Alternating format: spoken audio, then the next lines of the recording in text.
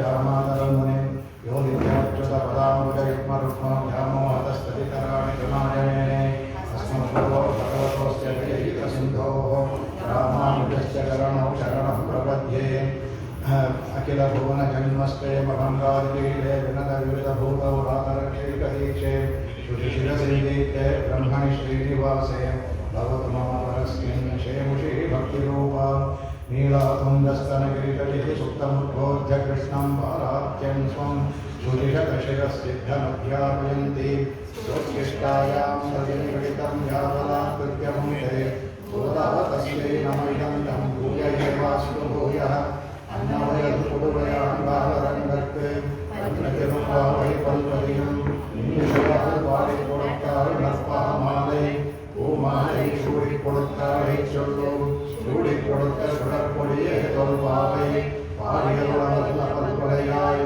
நாடினி வேங்கடவர்க்கு என்னை விதி என்னையும் நாட்டம் நாடவா அன்னமேலு ஸ்ரீ விஷ்ணுசித்த குலநந்தன கல்பவல்லே ஸ்ரீரங்கராஜ ஹரிச்சந்தன யோகதிஷ்யாம் சாட்சாத் க்ஷமா கருணையா கமலா விமான்யாம் ஓதாமணிந்த ಶರಣಂ ಪ್ರಪದ್ಯೆ.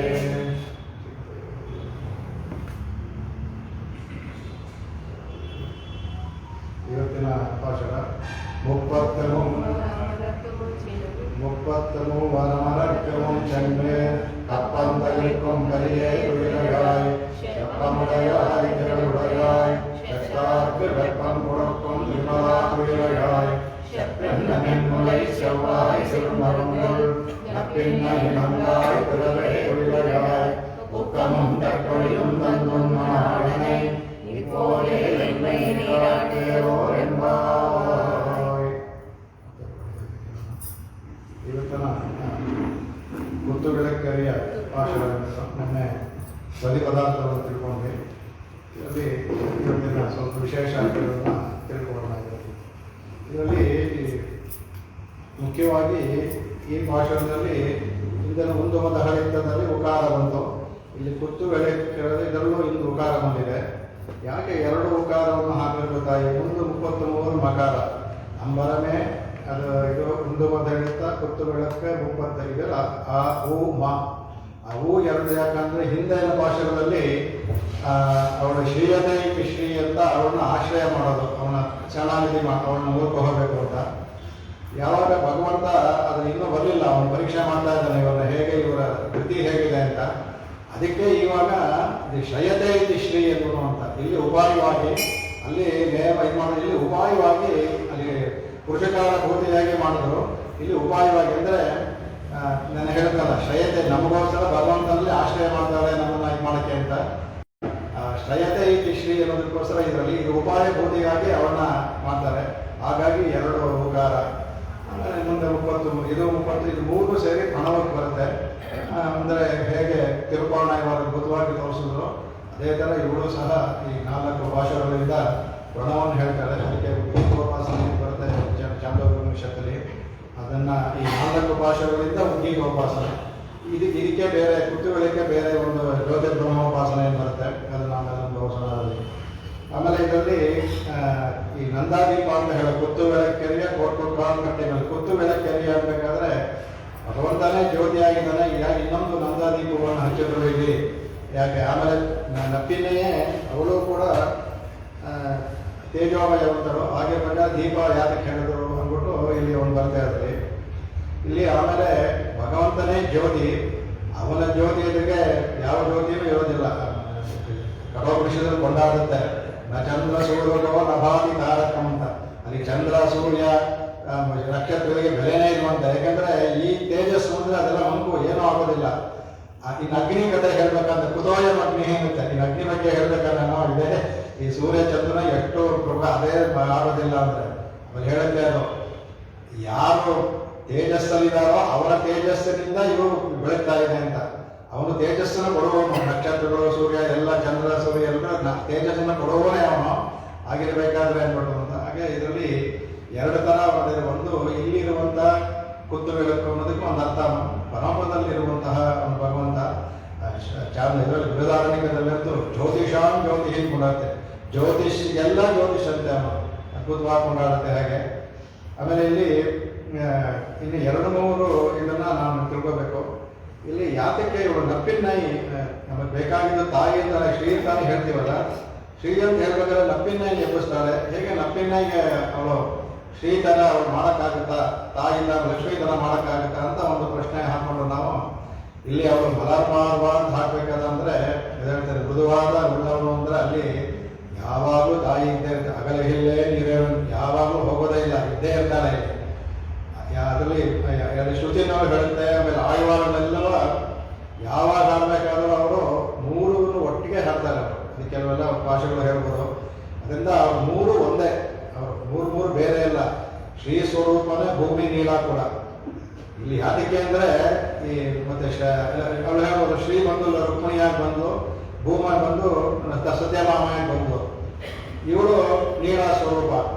ಇವಳನ್ನ ಎಪ್ಸೋದು ಅಂದರೆ ರುಕ್ಮಿಣಿಗೆ ಒಂದು ಸತ್ಯಭಾಮೆ ಕೃಷ್ಣ ಮದುವೆಯಾದ ಮೇಲೆ ಸಂಬಂಧ, ನಪ್ಪಿನ ಮೊದಲಿಂದಾನೇ ಸಂಬಂಧ, ಮೊದಲಿಂದಾನೇ ಇದು. ಹಾಗಾಗಿ ಇನ್ನೂ ಅವ್ರು ತುಂಬ ಮನಸ್ಸು ಬೇಕಾಗಿತ್ತು.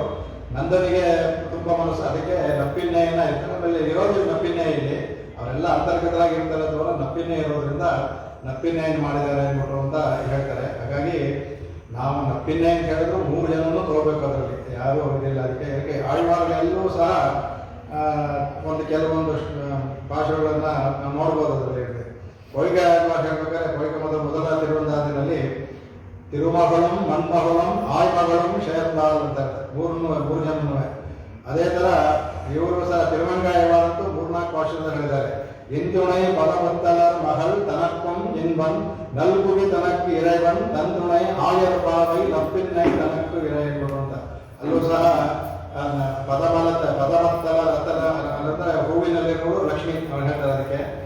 ಆಮೇಲೆ ಭೂಮಿ, ನಲ್ಗುವಿ ಭೂಮಿ ಮತ್ತು ನಪ್ಪಿನ್ನೈ ನೇರವಾಗಿ ಹೇಳ್ತಾರೆ. ಇನ್ನೊಂದು 3ನೇ ಶತಕದಲ್ಲಿ ಅವರು ಹೇಳ್ತಾರೆ, ಒರುಮಗಳು ಆಯ ಮಡಂದೈ ಹೊರತ್ತಿ ನಿಲಮಗಳು ಮತ್ತೈ ತಿರುಮಹಳೋಡು ಅಂತ ಯಾವಾಗ ಹೇಳ್ಬೇಕಾದ್ರೆ 3 ಜನನು ಹೇಳುತ್ತೆ. ಹಾಗಾಗಿ ಅವ್ರು 3 ಜನ ಒಂದೇ ತತ್ವ, ಯಾರು ಹೆಸರು 3 ಜನ ಸೇರ್ಕೊಳ್ತಾರೆ ಅನ್ನೋದಕ್ಕೆ. ಮತ್ತೆ ಇನ್ನೊಂದು 10ನೇ ದಶಕ ಹೇಳ್ತಾರೆ, ನಲ್ಮಹಲ್ ಆಯ್ಮಹಳೋಡು ನಾನಿಲಮಂಗೈ ಮಣಾಳ ಅನ್ಬೋದು ಅಂತ. ಇಲಮಂಗೈ ಭೂಮಿ ಅಂತ ಅಲ್ಲೂ ಸಹ 3 ಜನ ಹೇಳ್ತಾರೆ. ನಮ್ಮ ಆಯ್ವಾರದ್ದು 3-4 ಹೇಳ್ತಾರೆ. ತಿರುಮಹಲ್ ಮಣ್ಮಗಳು ಆಯರ್ ಮಹಲ್ ಎಂದ್ರೆ ಅಂತ ಒಂದು ಭಾಷೆಯಲ್ಲಿ ಬರ್ತಾರೆ, ಒಂದನೇ ಶತಕದಲ್ಲಿ ಬರುತ್ತೆ. ಆಮೇಲೆ ಕೂಂದಲ್ ಮಲರ್ ಮಂಗೈக்கும் ಮಣ್ಮಣೈಂದೈக்கும் ಕುಲ ಆಯರ್ ಕೊಳಂದಕ್ಕೂ ಪಿನ್ನೆಗೋಲ್ ನಿಲಮಹಳ್ ಕೋಲ್ ಅಂದ್ಬಿಟ್ಟು ತಿರುಮಹಳ್ ಇನ್ನೊಂದು ಇದರಲ್ಲಿ ಪಿನ್ನೆಕೋಲ್ ನಿಲಮಹಳ್ ಕೋಲ್ ತಿರುಮಹಳ್ ಕೋಲ್ ಪೆರಂದಿಟ್ಟಾಲ್ ಎನ್ನ ಮಾಯಂ ಕಾಣ ಅಂದ್ಬಿಟ್ಟು ಅದು ಹೇಳ್ತಾರೆ. ಅಲ್ಲೂ ಸಲ 3 ಜನ ಹೇಳ್ತಾರೆ.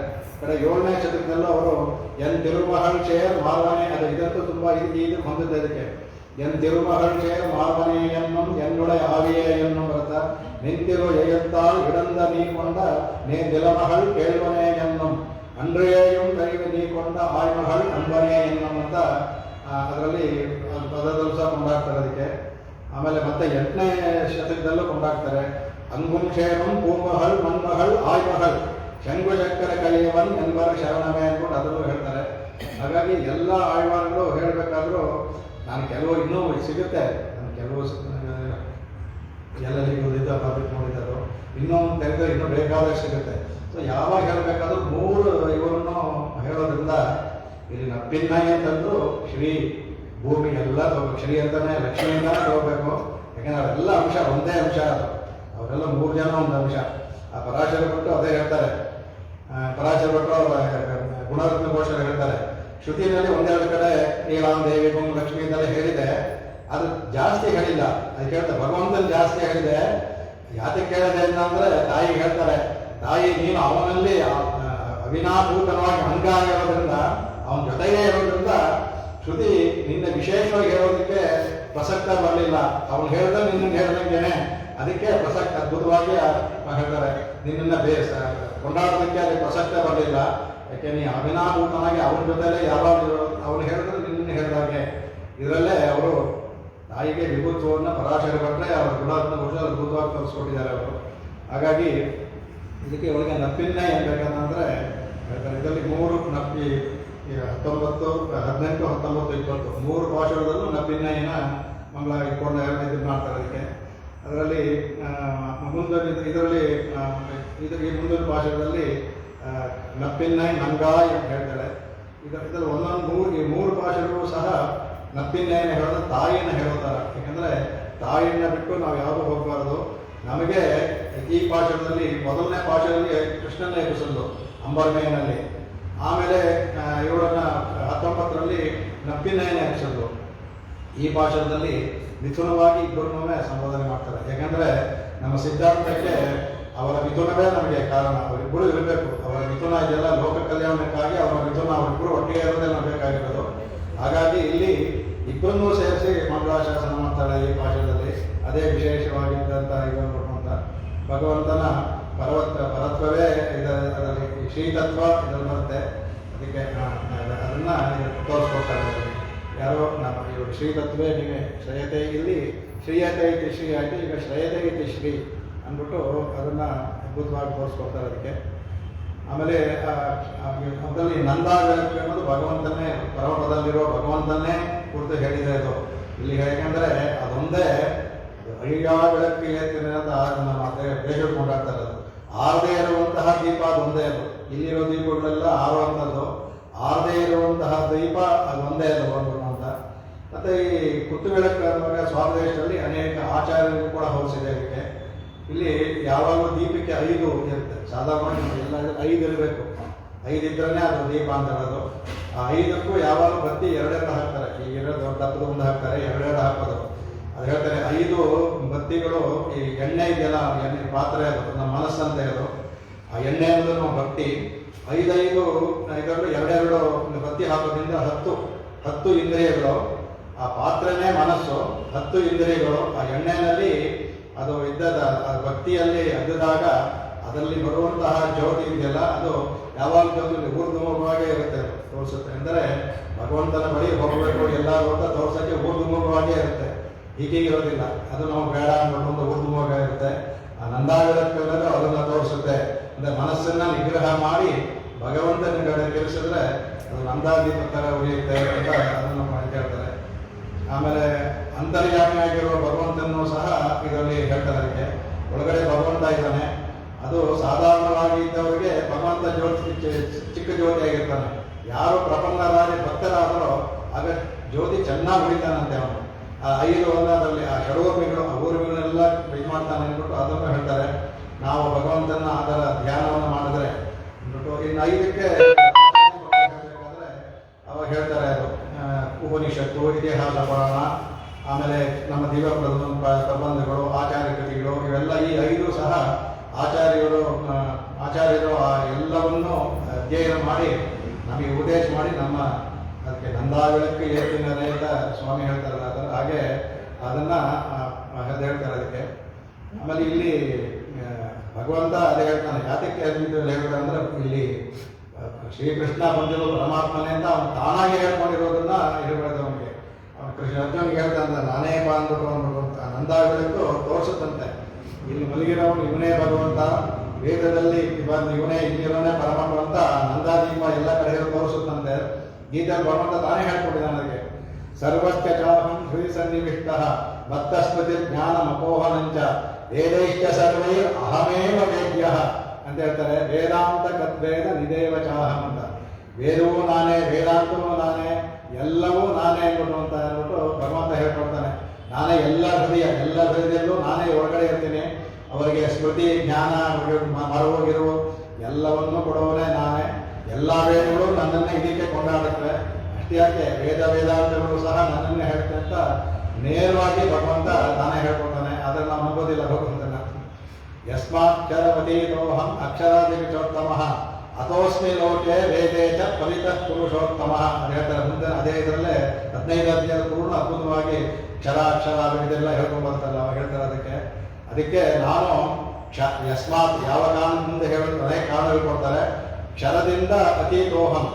ಆ ಕ್ಷರ ಅನ್ನೋದು ಇದು ಜೀವಾತ್ಮ ಒಳಗಡೆ ಇರೋದು, ಇದು ನಮ್ಮ ದೇಹ. ಅದರಿಂದ ನಾವು ಅತೀತನಾಗಿದ್ದೇನೆ. ಅಕ್ಷರ ಅನ್ನೋ ಜೀವಾತ್ಮ, ಅದನ್ನು ನಾನು ದಾಟಿ ಮೇಲಿದ್ದೇನೆ. ಹಾಗಾಗಿ ಈ ಲೋಕದಲ್ಲಿ ನನ್ನ ಪರಮಾತ್ಮ ಅಂತ ಕೊಂಡಾಡ್ತಾರೆ, ಪುರುಷೋತ್ತಮ ಅಂತ ಕೊಂಡಾಡ್ತಾರೆ. ವೇದವೂ ಸಹ ನನ್ನ ಅದೇ ಥರ ಕೊಂಡಾಡುತ್ತೆ ಅನ್ನೋದು ಅಂತ ಅದ್ಭುತವಾಗಿ ಹೇಳ್ತಾರೆ. ಅದನ್ನೇ ದಯಾಶಕ್ತಿಯಲ್ಲಿ ಸ್ವಾಮಿ ದೇಶಿಕನ ಇದನ್ನೇ ತೋರಿಸ್ಕೊಡ್ತಾರೆ. ಶ್ರೇಯಸ್ಸು ಕಿಂ ಸಕೃತವಿದಯೇ ಸಮ್ಮತಾಂ ಸಖೀನೆ ಶೀತೋದಾರ ಮಲಪದ ಜನ ಶ್ರೀನಿವಾಸಸ್ಯ ದೃಷ್ಟಿ ಅನ್ನುವಂಥ ಅಂದರೆ ಹೇಳ್ತಾರೆ ಅದಕ್ಕೆ. ಅದೇ ಶ್ರೇಯಸ್ಸು ಯಾಕಂದ್ರೆ ಸಕೃದೇವ ಆಚಾರ್ಯರ ಸಮಾಶ್ರಯಣ ಮಾಡಿದ ಕೃಷ್ಣ ದಯೆಯೇ ಆಚಾರ್ಯ ಸಮಾಶ್ರಯಣ ಮಾಡುತ್ತಲ್ಲ ಅವಾಗ ಅದು ಶ್ರೇಯಸ್ಸನ್ನೇ ಉಂಟು ಮಾಡುತ್ತೆ. ಅದು ಅದರಿಂದ ಅದಕ್ಕೆ ಆವಾಗ ಹೇಳ್ತಾರೆ ಅದಕ್ಕೆ. ಅವಾಗ ಏನಾಗುತ್ತೆ, ಅವರು ನಿನ್ನ ಗೌರವಕ್ಕೆ ಪಾತ್ರ ಮಾಡ್ತಾರೆ. ಸಖಿದತೆ ಸಮ್ಮತಾಂ ಸಖೀಂತೆ ಏನ್ಬಿಡುವಂತ ಆಶ್ರಯ ಮಾಡೋದ್ರಿಂದ ನಿನ್ನ ಜೊತೆ ಯಾವಾಗ ಸಮಾಶ್ರಯ ಮಾಡ್ತಾರೋ ನೀನು ಅವ್ರನ್ನ ಬಂದು ಸಖಿ ಅಂತ ಅನ್ಕೊಂಡಿದ್ದು ಎಲ್ಲರೂ ನಿನ್ನ ಸಖಿ ಥರ ನೀನು ಅಂತ ಇರ್ತಾರೆ. ಅವಾಗ ಶೀತಲು ಉದಾರವಾದಂಥ ಆ ಭಗವಂತನ ದೃಷ್ಟಿ ನಮ್ಮ ಮೇಲೆ ಬೀಳುತ್ತೆ. ಶ್ರೀನಿವಾಸಸ್ಯ ದೃಷ್ಟಿ. ಯಾಕೆಂದರೆ ಇಲ್ಲಿ ಈ ಭಾಷೆಯಲ್ಲಿ ಯಾಕೆ ಬೇಕು ಅಂದರೆ ಭಗವಂತನ ಕಟಾಕ್ಷ ಇನ್ನೂ ಬೀಳಿಲ್ಲ ಇವರಿಗೂ ಎರಡು ಅಂಬರಮೇ ಹೇಳ್ತಾ ಇದ್ದಾರೆ, ಇನ್ನೂ ಬೀಳಿಲ್ಲ. ಅದಕ್ಕೆ ಅವ್ರು ಹೇಳ್ತಾರೆ ಅದಕ್ಕೆ ಭಗವಂತನ ಕಟಾಕ್ಷ ಬೈಕೊಳ್ತಾರೆ. ಜಾಯಮಾನಂದ ಕಡ ಹೇಳ್ತಾರೆ. ಅವ್ರು ಭಗವಂತನ ಕಟಾಕ್ಷ ಇದ್ದಾನ ಅಂದರೆ ಯಾರಲ್ಲಿ ಭಗವಂತನ ಕಟಾಕ್ಷ ಬೀಳುತ್ತಾವೋ ಅವನೇ ಸತು ಸರ್ವ ವಿಜ್ಞಾನ ಅಂದ್ಬಿಟ್ಟು ಅವನೇ ಲೋಕದಲ್ಲಿ ಸಾತ್ವಿಕ ಅಂತ, ಸಾತ್ವಿಕ ಸತು ವಿಜ್ಞಾನ ಅಂತ ಲೋಕದಾಗ ಹೇಳ್ತಾರ. ಇಲ್ಲಿ ಭಗವಂತನ ದೃಷ್ಟಿ ಇನ್ನೂ ಬಿದ್ದಿಲ್ಲ. ಈಗ ನೀನು ಉಪಾಯ ರೂಪದಲ್ಲಿ ನಿನ್ನನ್ನು ವರಿಸ್ದಾಯಿತು ಅಂದರೆ ನೀನು ನನ್ನ ಸಖಿಯಾಗಿ ನಿನ್ನ ಜೊತೆಯೊಳಗೆ ಮಾಡ್ತೀಯಲ್ಲ, ಆಗಲಾದರೂ ಭಗವಂತನ ದೃಷ್ಟಿ ನಮ್ಮ ಮೇಲೆ ಬೀಳುತ್ತೋ ಅಂದರೆ ಬೀಳುವಂತೆ ಮಾಡು ಅನ್ನೋ ಇದರಲ್ಲಿ ಈ ಉಗಾರ ಅನ್ನೋದಕ್ಕೆ ಅದಕ್ಕೆ ಅದಕ್ಕೆಲ್ಲ ಹೇಳ್ತಾರೆ ಅದಕ್ಕೆ. ಆಮೇಲೆ ಇನ್ಮೇಲೆ ಸ್ವಲ್ಪ ಇದಕ್ಕೆ ಕುತ್ತು ಬೆಳೆಯುವಂಥ ಇನ್ನೊಂದು ಹೇಳಬೇಕಂದ್ರೂ ಇದನ್ನು ಸ್ವದೇಶದಲ್ಲಿ ಜ್ಞಾನ ಬೆಳಕು ಅಂದ್ಬಿಟ್ಟು ಜ್ಞಾನದೀಪ, ಜ್ಞಾನದ ನಂದಾದೀಪ ಅಂದ್ಬಿಟ್ಟು ಆಳ್ವಾರ್ಗೆಲ್ಲ ಅನುಭವಿಸಿದ್ವಿ. ಅವರು ಮೊದಲು 3 ಜನ ಅದನ್ನು ಹೇಳ್ತಾರೆ. ವೈಯಂತ ಗಳಿಯ ಅನ್ವೇತ ಗಳಿಯ ಅಂದರು ಅವರು ತಿರು ಕಣ್ಣೆ ಪೊನ್ಮೇನಿ ಕಂಡೆ ಅಂತ ಎಲ್ಲರೂ ನಾವು ಜ್ಞಾನಕ್ಕೂಡಾರು ಬೆಳಗ್ಗೆ ಹಾಕ್ತೀನಿ ಏನಂತಾರೆ ಗುರುತಾಯಿವಾರು ಅಂದರೆ ಜ್ಞಾನದ ಬೆಳಕನ್ನೇ ಹಂಚಿದೆ ಅಂದ್ಬಿಟ್ಟು ಅಂತ. ಈ ನಂದಾದೀಪ ಕೊಡ್ತೂಲಕ್ಕೆ ಅನ್ನೋದು ಜ್ಞಾನದೀಪ ಅದು ಅಂದ್ಬಿಟ್ಟು ಅಂತ. ಆಮೇಲೆ ಅದರಲ್ಲೇ ದಯಾದಲ್ಲಿ ಇನ್ನೊಂದು ಹೇಳಿದ್ದಾರೆ, ಸ್ವಾಮಿ ಹೇಳ್ತಾರೆ, ನಿರಾಕೃತವತೀತಯೇ ನಿಗಮ ಸೌಧ ದೀಪಶ್ರಿಯ ವಿಪಶ್ಚ ದವಿಗೀತಯ ಜಗತಿ ಗೀತಾಯಾಂಧಸ್ತಮಃ ಅನ್ನೋದು. ಅದು ನಿಗಮ ಭಗವಂತ ಅದು ನಿಗಮ ವೇದಾಂತದ ದೀಪವಂತೆ. ನಿಗಮ ಸೌಧ ದೀಪ ವೇದಾಂತವ ಒಂದು ಸೌಧ ಇದ್ರೆ ಅದಕ್ಕೆ ಭಗವಂತ ದೀಪವಂತೆ. ಅದೇನು ಮಾಡುತ್ತೆ, ದೀರ್ಘಂತ ಮಹಾಪತಿವರ್ತಯ ನಮ್ಮಲ್ಲಿರುವ ದೀರ್ಘ ತಮಸ್ಸನ್ನ ಆ ಕಡೆ ತಳ್ಳುತ್ತೆ ಅವರು. ಅವಾಗ ಅವಾಗ ಅದಕ್ಕೆ ಭಗವಂತ ಗೀತೆಯನ್ನು ಕೊಟ್ಟ. ಆ ಗೀತೆಯಿಂದ ಏನಾಗುತ್ತೆ, ವಿಪಶ್ಚಿ ಅಂತ ಯಾರು ಚೆನ್ನಾಗಿ ತಿಳಿದಂಥ ಜ್ಞಾನಿಗಳು ಪರಾಶರು ವೇದವ್ಯಾಸರು ಹೇಳ್ತಾರಂತೆ. ಏನೊಂದು ವಿಪಶ್ಚಿತ್ ಹೇಳ್ತಾರೆ, ಅಭಿಗೀತೆಯ ಜಗತಿ ಗೀತಾ ಯಾಂಧ ಸಮ ಅಂತ. ಅಭಿಗೀತೆ ಅಂದರೆ ಸ್ವಲ್ಪವೂ ಸಂದೇಹವೇ ಹೇಳ್ತಾರಂತೆ. ಈ ಭಗವದ್ಗೀತೆ ನಮ್ಮ ಒಳಗಿರುವ ಕತ್ತಲೆಯನ್ನು ಆರಿಸುವಂತಹ ನಂದಾದೀಪ ಅಂತ ಹೇಳ್ತಾ ಅದಕ್ಕೆ ನಿಗಮ ದೀಪಶ್ರಿಯ ಅಂತ ಅದಕ್ಕೆ ಹೇಳ್ತಾರೆ. ಆಮೇಲೆ ಶರಣಾಗತಿ ದೀಪಿಕೆ ಬಂದು ಬರ್ತಾರೆ ಅಂತ. ದೀಪಸ್ತಮೇವ ಜಗತಾನ್ ದೈತಾ ರುಚಿಸ್ತೆ ದೀರ್ಘಂತಮ ಪತಿಭತ್ತೆ ವಿಧಂ ಯುವಾಭ್ಯಾಮ್ ಅಂತ 3ನೇ ಶ್ಲೋಕದಲ್ಲೇ ಶರಣಾಗತಿ ದೀಪಿಕೆಯನ್ನು ಅನುಭವಿಸಿದ್ರಲ್ಲಿ. ನೀವು ದೀಪಸ್ತಮೆ ಜಗತ್ತಿಗೆ ನೀನು ದೀಪಸ್ತಮೇವ. ಆಮೇಲೆ ದಯಾನ ಪತ್ನಿದಾಳವರು ಅವಳಿಗೆ ಇದು ರುಚಿಸ್ತಂತ ಇದೆ, ಅವಳಿಗೂ ರುಚಿಸುವಂತಾದ್ರೆ ಏನು ಅಂದರೆ ದೀರ್ಘಂತಮ ಪ್ರತಿನಿವರ್ತಂ ಯುವಾಭ್ಯಾಮ್. ನೀವಿಬ್ಬರು ದೀರ್ಘವಾಗಿರುವ ನಮ್ಮ ಅಂಧಕಾರವನ್ನು ಹೋಗಲಾಡಿಸ್ತೀರಾ ಅಂದ್ಬಿಟ್ಟು ಅಂತ ಹೇಳ್ತಾರೆ ಅದಕ್ಕೆ. ಅದಕ್ಕೆ 3 ಥರ ದೀಪವನ್ನು ಹೇಳ್ತಾರೆ. ಒಂದು ನಾವು ಸಾಧಾರಣವಾಗಿ ಎಣ್ಣೆಯಿಂದ ಹಚ್ಚುವುದರಿಂದ ಭಗವಂತನ ಹಚ್ಚುವ ದೀಪ ಇದೆಯಲ್ಲ, ಅದು ಅಚೇತನ ದೀಪ. ಅದು ಸುಮ್ಮನೆ ಹಚ್ಚುವ ದೀಪ. ಅದೊಂದು ಅಚಿತ್ ದೀಪ. ಅದು ನಾವು ಭಗವಂತನ ತಿಳ್ಕೊಂಡು ಆಚಾರ ಉದ್ದೇಶ ತಿಳ್ಕೊಂಡು ಒಳಗಡೆ ಒಂದು ಜ್ಞಾನ ಬರುತ್ತಲ್ಲ, ಆಗ ಅದು ಚೇತನ. ಅದು ಚೇತನ ದೀಪ. ಅದು ಚಿತ್ತದು ಅಚೇತನವಾದ ದೀಪ ಚಿತ್ತು. ಅಚಿತ್ತು ಚಿತ್ತ ಇದು. ಇಲ್ಲಿ ಭಗವಂತ ಯಾವಾಗಲೂ ಆರ್ದೇನೆ ಎಲ್ಲ ಕಡೆ ಪ್ರಕಾಶವಾಗಿರ್ತಾನೆ, ಜ್ಯೋತಿ ಸ್ವರವಾಗಿರ್ತಾನಲ್ಲ ಅಲ್ಲಿ ಅಖಂಡಲ್ಲಿ. ಅದು ಒಂದು ಭಗವಂತ. ಚಿತ್ತು ಅಚಿತ್ತು ನಮ್ಮ ಸಿದ್ಧಾಂತ. ಅದಕ್ಕೆ ಚಿತ್ತು ಅಚಿತ್ತು ಪರಮಾತ್ಮ ಅನ್ನೋದು ಅದು ಪರಮಾತ್ಮ. ಆ ಪರಮಾತ್ಮ ಯಾವಾಗಲೂ ಅದು ಆರದೇ ಇರುವಂತಹ ದೀಪ ಅಂದ್ಬಿಟ್ಟು ಅಂತ ಹೇಳ್ತಾರೆ. ಆಮೇಲೆ 5 ಮುಖಗಳಿಗೆ ನಂದಾದೀಪಕ್ಕೆ 5 ವ್ಯೂಹಗಳನ್ನು ಹೇಳ್ತಾರೆ. ಪರ ವ್ಯೂಹ ವ್ಯೂಹ ಅಂತಾನೆ ಅಕ್ಷಯ ಹೇಳಿಲ್ಲ, ಅದು ಸಹ ಹೇಳ್ತಾರೆ ಅದಕ್ಕೆ. ಆಮೇಲೆ ಆಚಾರ ಅಂತ ಹೇಳಿದಂಗೆ ಜ್ಯೋತಿ ಸ್ವರೂಪದ ಶ್ರುತಿ ಸ್ಮೃತಿ ಇತಿಹಾಸ ಪುರಾಣ ಆಗಮ ಆಯವಾಗದ ಸೂಕ್ತಿ ಅದನ್ನು ಹೇಳ್ಬೋದು. ಉಪನಿಷತ್ ಗೀತೆ ಬ್ರಹ್ಮಸೂತ್ರ ಶಾಸ್ತ್ರದ ಶಾರೀರಿಕ ಮೀಮಾಂಸ ದಿವ್ಯ ಪ್ರಬಂಧ ಆಚಾರ ಸೂಕ್ತಿಗಳು ಆ 5 ಹೇಳ್ಬೋದು. ಹಾಗಾಗಿ ಈ 5 ಅನ್ನೋದು ಆಚಾರ್ಯರು ನಮಗೆ ಕೊಡುವಂಥ ಇದು ಭಗವಂತ ಆಚಾರ್ಯ ಕೊಡುವಂಥ ಅದನ್ನು ಎಲ್ಲವನ್ನು ಇದನ್ನು ತೋರಿಸದೆ ಕುತ್ತು ಬೆಳಕು ಅನ್ನೋದು ಹೇಳ್ತಾರೆ. ಅದಕ್ಕೆ ಸ್ವಾಮಿ ಆಚಾರ್ಯರು ನಮಗೆ ಹೇಳ್ತಾರೆ ಅನ್ಕೊಂಡು ಅದಕ್ಕೆ ಹೇಳಿದೆ. ಏತ್ತಿ ಬೆಳಕ್ಕೆ ಹೇಳ್ತಾರೆ, விளக்கை ஏத்தி மனத்தை எழில் ஞான விளக்கை இருள் அனைத்தும் ಮಾತಿನವರ್ಗೆ ஒரு ಕೈಮಾರು ಮಾಯನಂ ಕಾಣಗಿಲ್ಲಾನ್ ಅಂತಾರೆ. ಆಚಾರ್ಯ ಮಾಡುವ ನಮ್ಮ ಕೃಪೆಗೆ ಭಗವಂತನಿಗೂ ಏನು ಮಾಡಬೇಕು ಗೊತ್ತಿಲ್ಲ ಅಂದ್ಬಿಟ್ಟು ಅದನ್ನ ಹೇಳ್ತಾರೆ ಅದಕ್ಕೆ. ಆಮೇಲೆ ಈ ಕೋಟು ಕಾಲ್ ಕಟ್ಟಿಲ್ ಮೇಲ್ ಅನ್ನುವಾಗ ಅದನ್ನು ಇನ್ನೂ ಸ್ವಲ್ಪ ಅನುಭವಿಸ್ತದಲ್ಲಿ. ಕೋಟು ಕಾಲ್ ಕಟ್ಟಿಲ್ ಮೇಲ್ ಅನ್ನುವಾಗ ಅದರಲ್ಲಿ ಅನೇಕ ಅರ್ಥಗಳು ಅದರಲ್ಲಿ ಸೇರ್ಕೊಂಡಿದೆ. ಅದರಲ್ಲಿ ಒಂದು ಸಾಧಾರಣವಾದ ಮಂಚ ಅಂತ, ಒಂದು 4 ಕಾಲುಳ್ಳಂಥ ಮಂಚ. ಅದು ಮೇಲೆ ಸಾಮಾನ್ಯವಾಗಿ ದಂತ ಕಾಲದಿಂದ ಮಾಡಿದ್ದು. ಆ ಕೂಲೆಯ ಪೀಠವನ್ನು ಹೊಂದಿದ್ದು. ಆ ಕೂಲೆಯ ಪೀಠನಿಗೆ 4 ದಂತ ಇರ್ತಂತೆ. ಅದು ವಿಶೇಷವಾದ ಆನೆ, 2 ಇರುತ್ತೆ. ಅದು ಅದರಲ್ಲಿ ಇದರಲ್ಲಿ ನೋಡಿದ್ರೆ ವಿಶೇಷವಾದ ದಂತಗಳಿತ್ತು. ಅದರಿಂದ ಆ ಕೂಲೆಯ ಪೀಠದಲ್ಲಿ 4 ದಂತದಿಂದ ಕಟ್ಟಿತ್ತು ಅಂತ ಸಾಧಾರಣವಾಗಿ ಹೇಳ್ತಾರೆ ಅದಕ್ಕೆ. ಆಮೇಲೆ ಅದಕ್ಕೆ ಕಾರಣವಾಗಿ ಹೇಳ್ತಾರೆ, ಲೌಕಿಕವಾಗಿ ಹೇಳಬೇಕಾದ್ರೆ ಯಾತಕ್ಕೆ ಇಟ್ಕೊಂಡ ಕೃಷ್ಣ ಅಂತಂದ್ರೆ, ಸಾಧಾರಣವಾಗಿ ಯಾರಾದ್ರೂ ಬೇಟೆ ಆಡಿದ್ರೆ ಅದನ್ನ ಪಾರಿತೋಷವಾಗಿ ಇಟ್ಕೊಳ್ತಾರೆ. ಈ ರಾಜ್ಯದಲ್ಲಿ ನೋಡಿದ್ರೆ ಎಮ್ಮೆ ಸಿಂಹ ಅಂದ್ರೆ ತಲೆನ ಇಟ್ಟು ಎಲ್ಲ ಚೊತ್ ಮಾಡಿ ಇಟ್ಕೊಳ್ತಾರಲ್ಲ, ಒಂದು ಪಾರಿತೋಷಕವಾಗಿ ಇಟ್ಕೊಳ್ತಾರೆ. ಅದಕ್ಕೆ ಈಶ್ವರ ಗಜಾಸುರನ್ನ ಕೊಂದ, ಅದಕ್ಕೆ ಅವನ ಚರ್ಮವನ್ನೇ ಧರಿಸ್ಕೊಂಡ್ಬಿಟ್ಟ, ಅದೊಂದು ಇದ್ದಾರೆ. ಆಮೇಲೆ ರಾಮಾಯಣದಲ್ಲಿ ವಾಲ್ಮೀಕಿ ನೇರವಾಗಿ ಹೇಳ್ತಾ ಇದ್ರು, ಸ್ವಾಮಿ ದೇಶಿಗೆ ತರಿಸ್ಕೊಂಡಿದ್ದಾರೆ. ಅವನು ಮಾರೀಚನ ಕೊಂದು ಅವ್ರು ಸೀತೆ ಹೇಳಿರ್ತಾರೆ, ಅವನ್ನ ಹಿಡಿಯಕ್ಕಾಗಿ ಅವನ ಚರ್ಮವಾದ ತಗೊಂಬ, ನಾನು ಅಲ್ಲಿ 4 ವರ್ಷ ತಗೊಂಡು ಹೋಗ್ತೀನಿ ಅಂತ ಹೇಳಿರ್ತಾರೆ. ಹಾಗೆ ಭಗವಂತ ಇವರು ಅದನ್ನ ಚರ್ಮವನ್ನು ತನ್ನ ಆಸನಕ್ಕೆ ತಂದಿಟ್ಕೊಂಡಂತ ಭಗವಂತ. ಅದಕ್ಕೆ ಸ್ವಾಮಿ ಇದರಲ್ಲಿ ರವಿಗದಲ್ಲಿ ಮಾರೀಚ ಮಾಯಾವೃಗ ಚರ್ಮ ಪರಿಕೃತ ಪರಿಕರ್ಮಿತ ನಿರ್ಭರ ದರ್ಭಾಸರಣ ಅಂತ. ಮಾರೀಚ ಹಾಕಿದ ಮೇಲೆ ದರ್ಭಾಸರಣವಾಗಿ ಯೂಸ್ ಮಾಡ್ತಾ ಉಪಯೋಗಿಸ್ತಾ ಇದ್ದಾರೆ ಅಂತ. ಅದರಿಂದ ಎಲ್ಲರೂ ಸಹ ಭಗವಂತನೇ ಪಂಚಜನ ಅಂತ ಒಬ್ಬ ರಾಕ್ಷಸ ಬಂದು ಅವನ ಗಂಡನ್ನ ಇಟ್ಟು ಪಾಂಚಜನ್ಯವನ್ನು ಮಾಡ್ಕೊಂಡ ಅಂತ ತಮ್ಮ ಗುರುತಾಗಿ ಎಲ್ಲವನ್ನೂ ಇಟ್ಕೊಂಡು ಹೋಗ್ಬೇಕು ಅಂತ. ಅದಕ್ಕೆ ಹಾಗಾಗಿ ಆಮೇಲೆ ಸ್ತ್ರೀಯರಿಗೂ ಅಷ್ಟೇ, ರಾಜರ ಹೆಂಡತಿಗಳಿಗೆ ಅವನ ರಾಜ ಯಾವ್ದಾದ್ರು ಈ ಥರ ಒಳ್ಳೆಯ ಕೆಲಸ ಮಾಡಿದ್ರೆ ಹೆಮ್ಮೆ ಅಂತೆ ಅವರಿಗೆ, ಅದು ಹೆಮ್ಮೆಯಾಗಿ ತಗೊಳ್ತಾರೆ.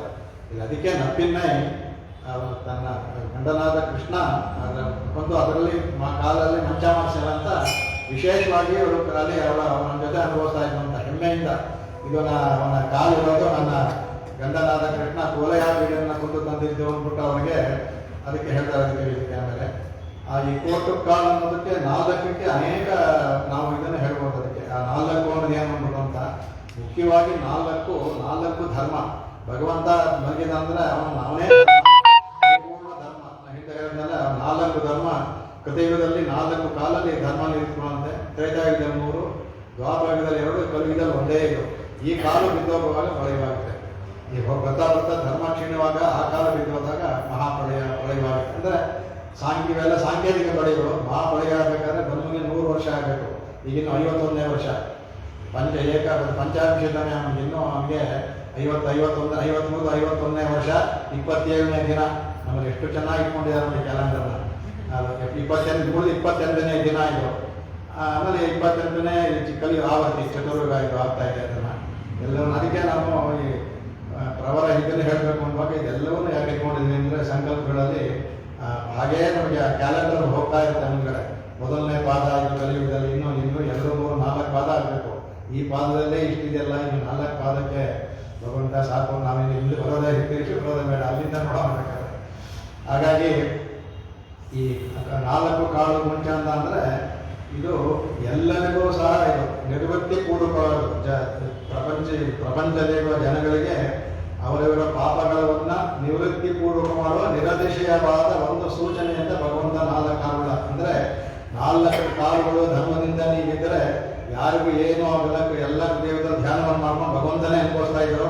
ಭಗವಂತನೇ ಬೇಡ ಅವಾಗ. ಯಾಕೆ ಎಲ್ಲರೂ ಭಗವಂತನ ಅವಾಗ ದೇವಸ್ಥಾನಕ್ಕೆ ಇರಲಿಲ್ಲ. ಯಾಕೆಂದರೆ ಅವಶ್ಯಕತೆ ಆಲಂಬನೆ ಬೇಕಾಗಿರಲಿಲ್ಲ. 4 ಕಾಲಲ್ಲಿದ್ದರೆ ಎಲ್ಲವೂ ಭಗವಂತ ಕೊಡ್ತಾನೆ. ಕ್ಷೀಣವಾಗ್ತಾ ಬರುವ ಆಗುತ್ತೆ, ಅದನ್ನ ತೋರಿಸೋದಕ್ಕೆ ಹೇಳ್ತಾನೆ. ಅದಕ್ಕೆ ಬ್ರಹ್ಮಾನುಭವ ಬರಬೇಕಾದಂದ್ರೆ ಅಲ್ಲಿ ಹೋಗಬೇಕಾದ್ರೆ ಪರ್ಯಂಕ ವಿದ್ಯೆಯನ್ನು ತೋರಿಸುತ್ತೆ. ಅದರಲ್ಲಿ ನಾನು ಹೇಳ್ತೀನಿ, ಮೊನ್ನೆ ಇದರಲ್ಲಿ ಹೇಳಿದೆ, ಅದರಲ್ಲಿ ಹೇಳಿದೆ ಪರ್ಯಂಕ ವಿದ್ಯೆಯನ್ನು ಪಂಚಜಯನತ್ತಿನ ಮೇಲೆ ಇರುವಾಗ ಪರ್ಯಂಕ ವಿದ್ಯೆ ಕೌಶಿಕಿಗೆ ಉಪನಿಷತ್ತು ಹೇಳಿದ್ದನ್ನು ಇಲ್ಲಿ ಹೇಳುತ್ತೆ. ಅದರಲ್ಲಿ ಅರ್ಥ ಪಂಚಕ ಅದನ್ನು ಬರುತ್ತೆ. ಈ 4 ಕಾಲ ಮೊದಲು ತಿಳ್ಕೊಂಡು ಅದಕ್ಕೆ 4 ಕಾಲಗಳೇನು ಮುಖ್ಯವಾಗಿ 4 ವೇದಗಳು. ಭಗವಂತನ ಧರ್ಮ ಬರೋದೇ ಅದರಿಂದ ನಾಲ್ಕು ಯಾಕಂದರೆ ಜ್ಞಾನಿಗಳಿಗೆ ಆಶ್ರಯ ಸ್ಥಾನ ವೇದವೆಲ್ಲವೂ. ಈ ನಾಲ್ಕು ವೇದಗಳು ಅದರಿಂದಲೇ ಅನೇಕ ಶ್ರುತಿಗಳು ಬಂತು. ಏಕೆಂದರೆ ಶ್ರುತಿ ಅರ್ಥ ಮಾಡ್ಕೊಳ್ಕಾಗಂತ ಮಹರ್ಷಿಗಳು ಅದನ್ನು ಕಂಡುಕೊಂಡು ಆಯಾಯ ವೇದ ಅವರ ಯಾವ ಶಾಖೆಗೆ ಅನುಗುಣವಾಗಿ ಸ್ಮೃತಿಯನ್ನು ರಚಿಸ್ತಾರೆ. ಅವರು ಆಪಸ್ತಂಭರು, ದ್ರಾಕ್ಷಾಯಣರು, ಕಾತ್ಯಾಯನರು, ಯಾಜ್ಞವಲ್ಕರು ಅವರವರು ರಚಿಸ್ತಾರೆ ಅದನ್ನು. ಹಾಗಾಗಿ ಅದು ನಾಲ್ಕು ವೇದಗಳು ಅಂದ್ಬಿಟ್ಟು ಅಂತ. ಆಮೇಲೆ ನಮಗೆ ಭಗವಂತ ಕೊಡುವಂಥ ದೇಹವು ನಾಲ್ಕು ಇದ್ದದ್ದು. ದೇವ ಮನುಷ್ಯ ತಿರಿಯ ಸ್ಥಾವರ ಅದು ಅದು ಕೂಡ ನಾಲ್ಕು ನೋಡಿ. ನಾಲ್ಕಕ್ಕೆ ಎಷ್ಟು ಅಂದ್ಬಿಟ್ಟು ವರ್ಣವು ನಾಲ್ಕು, ಬ್ರಾಹ್ಮಣ, ಕ್ಷತ್ರಿಯ, ವೈಶ್ಯ, ಶೂದ್ರ ಅಂದ್ಬಿಟ್ಟು ನಾಲ್ಕು ಏನೇನು ತಿಳಿಸುತ್ತೆ ಅಂದ್ಬಿಟ್ಟು. ಆಶ್ರಮವು ನಾಲ್ಕು, ಅದಕ್ಕೆ ಬ್ರಹ್ಮಚರ್ಯ, ಗಾರ್ಹಸ್ಥತ್ಯ, ಬಾನಸ್ಪತ್ಯ, ಸನ್ಯಾಸ ಈ ನಾಲ್ಕು ಆಶ್ರಮವನ್ನು ತಿಳಿಸುತ್ತೆ. ಆಮೇಲೆ ಅಧಿಕಾರಿಗಳು ಯಾರು ಆರ್ತೋ ಜಿಜ್ಞಾಸು ಭಕ್ತಾತಿ ಜ್ಞಾನಿ ಭಗವಂತನೇ ಹೇಳಿದ್ದಾನೆ. ಇವರು 4 ಜನ ಆಶ್ರಯಿಸೋರು ಭಗವಂತನ. ಯಾತಕರು ಅವರು ಆಶ್ರಯಿಸ್ತಾರೆ ಇವರು ಅವರಿಗೆ ಹೇಳ್ಕೊಟ್ಟು. ಆಮೇಲೆ ಪುರುಷಾರ್ಥವೂ ಅಷ್ಟೇ, ಧರ್ಮ, ಅರ್ಥ, ಕಾಮ, ಮೋಕ್ಷ ಆ 4 ಪುರುಷಾರ್ಥಗಳನ್ನು ತಿಳಿಸುತ್ತಾ ಇದ್ದು. ಆಮೇಲೆ ಆ ಮೋಕ್ಷದಲ್ಲೂ 4 ಇದೆ. ಸಾಲೋಕ್ಯ, ಸಾಮೀಪ್ಯ, ಸಾರೂಪ್ಯ, ಸಾಯುಜ್ಯ. ನಮಗೆ ಬೇಕಾಗಿ ಸಾಯುಜ್ಯವೇ ಅದು 4 ಕೈವಲ್ಯ ಅದಕ್ಕೆ ಬರೋದಿಲ್ಲ. ಕೈವಲ್ಯ ಮೋಕ್ಷದಲ್ಲಿ ಬರೋದಿಲ್ಲ. ಹಾಗಾಗಿ 4 ಅದಕ್ಕೆ ಬರುತ್ತೆ. ಆಮೇಲೆ 4 ವಿಧವಾದ ಸಾಧನೆ ಅದಕ್ಕೆ ಪರವಾಗಿರ್ತದೆ. ಕರ್ಮಯೋಗ, ಜ್ಞಾನ ಯೋಗ, ಭಕ್ತಿ ಯೋಗ, ಆಮೇಲೆ ಪ್ರಪತ್ತಿ ಈ 4 ಅದು ಸಾಧನೆಗಳು ಬರುತ್ತೆ. ಅದಕ್ಕೆ ನಮಗೆ 4 ವಿಧವಾದ ಗತಿಗಳು ಮನುಷ್ಯನಿಗೆ ಒಬ್ಬ ಜೀವ ಎಲ್ಲೆಲ್ಲಿ ಬೀಳ್ತಾನೆ ಅನ್ನೋದಕ್ಕೆ. ಒಂದು ಗರ್ಭಗತಿ, ತಾಯಿಯ ಗರ್ಭದಲ್ಲಿ ಬರ್ತಾರೆ ಅದು ಗತಿ. ಆಮೇಲೆ ಯಾಮ್ಯಗತಿ, ಅತ್ಯಂತ ಪಾಪವನ್ನು ಮಾಡಿದ್ರೆ ಮರಣ ಹೋಗ್ತೀವಲ್ಲ ಅದು ಯಾಮ್ಯಗತಿ. ಆಮೇಲೆ ಧೂಮಾದಿ ಮಾರ್ಗದಲ್ಲಿ ಹೋಗ್ತೀವಿ. ಧೂಮಾರ್ಗದಲ್ಲಿ ಹೋದರೆ ಪುಣ್ಯಗಳು ಮಾಡಿದವರು ಅನೇಕ ಯಾವ್ಯಾವ ಪುಣ್ಯಕ್ಕೆ ಮಂತ್ರಲೋಕೋ, ದೇವಲೋಕೋ, ಬ್ರಹ್ಮಲೋಕದಲ್ಲಿ ಹೋಗ್ತಾರೆ. ಕಡೆಗೆ ಬೇಕಾಗಿರೋ ಗತಿ ಅಚ್ಚಿರಾದಿ ಗತಿ ಎಲ್ಲರಿಗೂ. ಅಚ್ಚಿರಾದಿ ಗತಿಯಲ್ಲಿ ಹೋದರೆ ಈ ಪೂರ್ಣ ತಪ್ಪಿಸ್ಕೊಡ್ಬೋದು ನಾವು. ಅಚ್ಚಿರಾದಿ ಗತಿಯಲ್ಲಿ ನಾವು ಹೋದಂದರೆ ಮೊದಲು 3 ಗತಿಗಳನ್ನ ತಪ್ಪಿಸ್ಬೋದು. ಅದೇ ಮುಖ್ಯವಾದದ್ದು. ಆ 4 ಗತಿಗಳನ್ನು ಅದು ಹೇಳ್ತಾರೆ ಅದಕ್ಕೆ.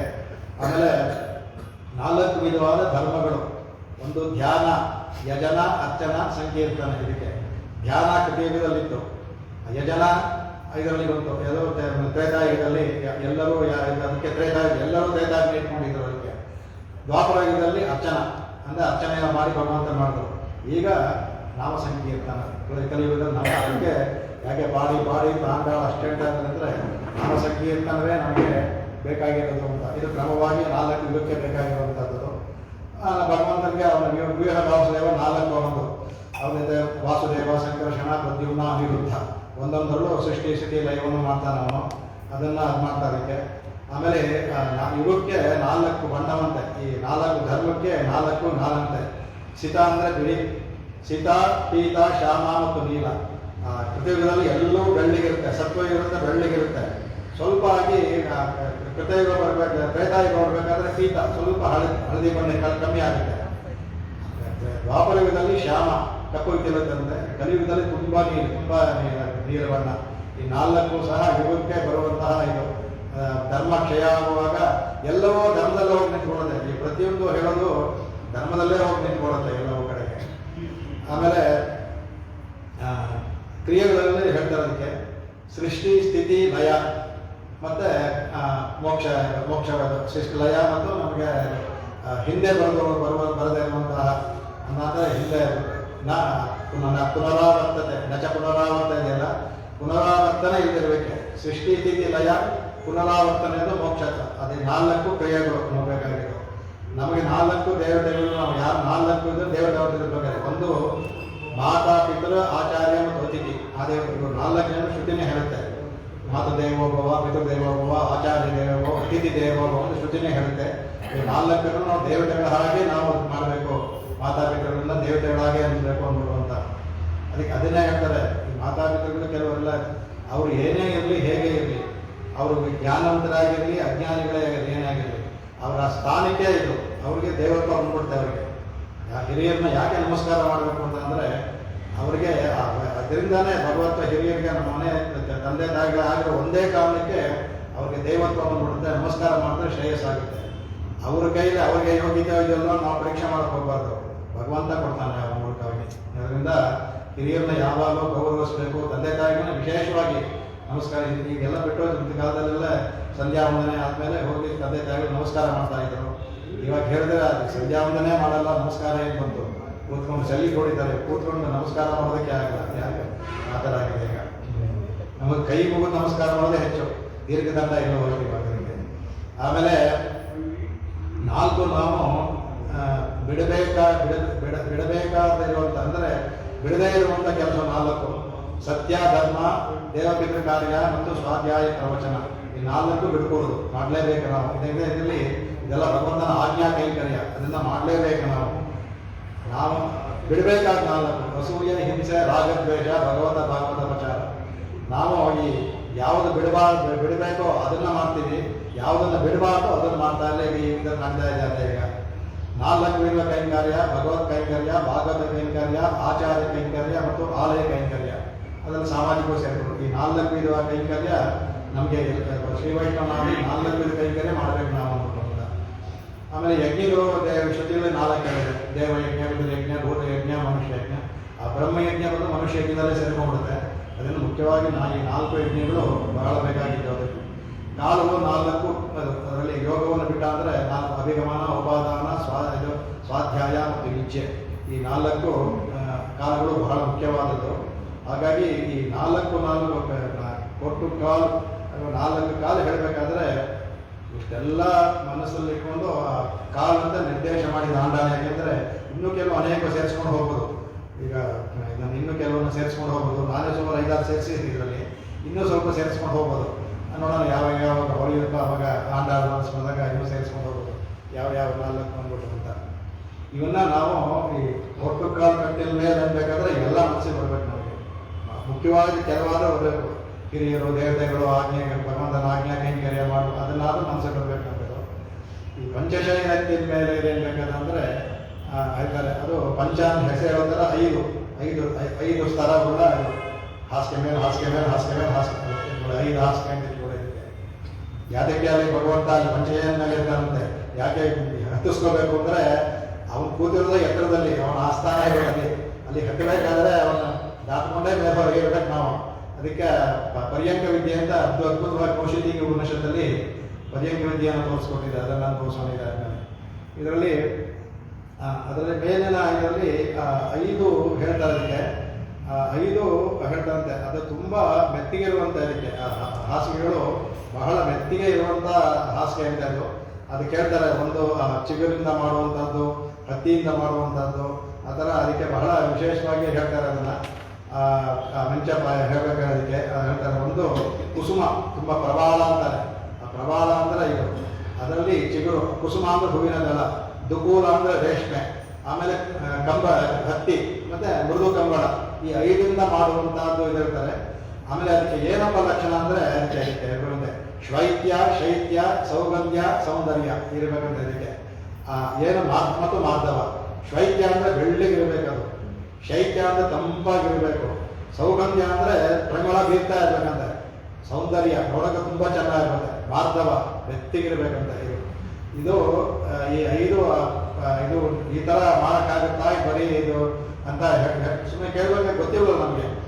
ನಮ್ಮಲ್ಲಿದ್ದು ಅನ್ನೋದಕ್ಕೆ ಈಗ ಇತ್ತೀಚೆಗೆ ತಂಜಾವೂರು ಸರ್ಪೋಜಿ ಮಹಾರಾಜ ಆಳ್ತಾ ಇದ್ರಲ್ಲ, ಅವ್ರು ಆಳ್ತಾ ಇರಬೇಕಾದ್ರೆ ಅವರು ಪ್ರಾಯಶಃ ಆಂಡಾಳಿಂದ ಕೇಳಿ ಈ ಥರ ಆಚಾರ್ಯ ಯಾರು ಕೇಳಿರ್ಬೇಕು.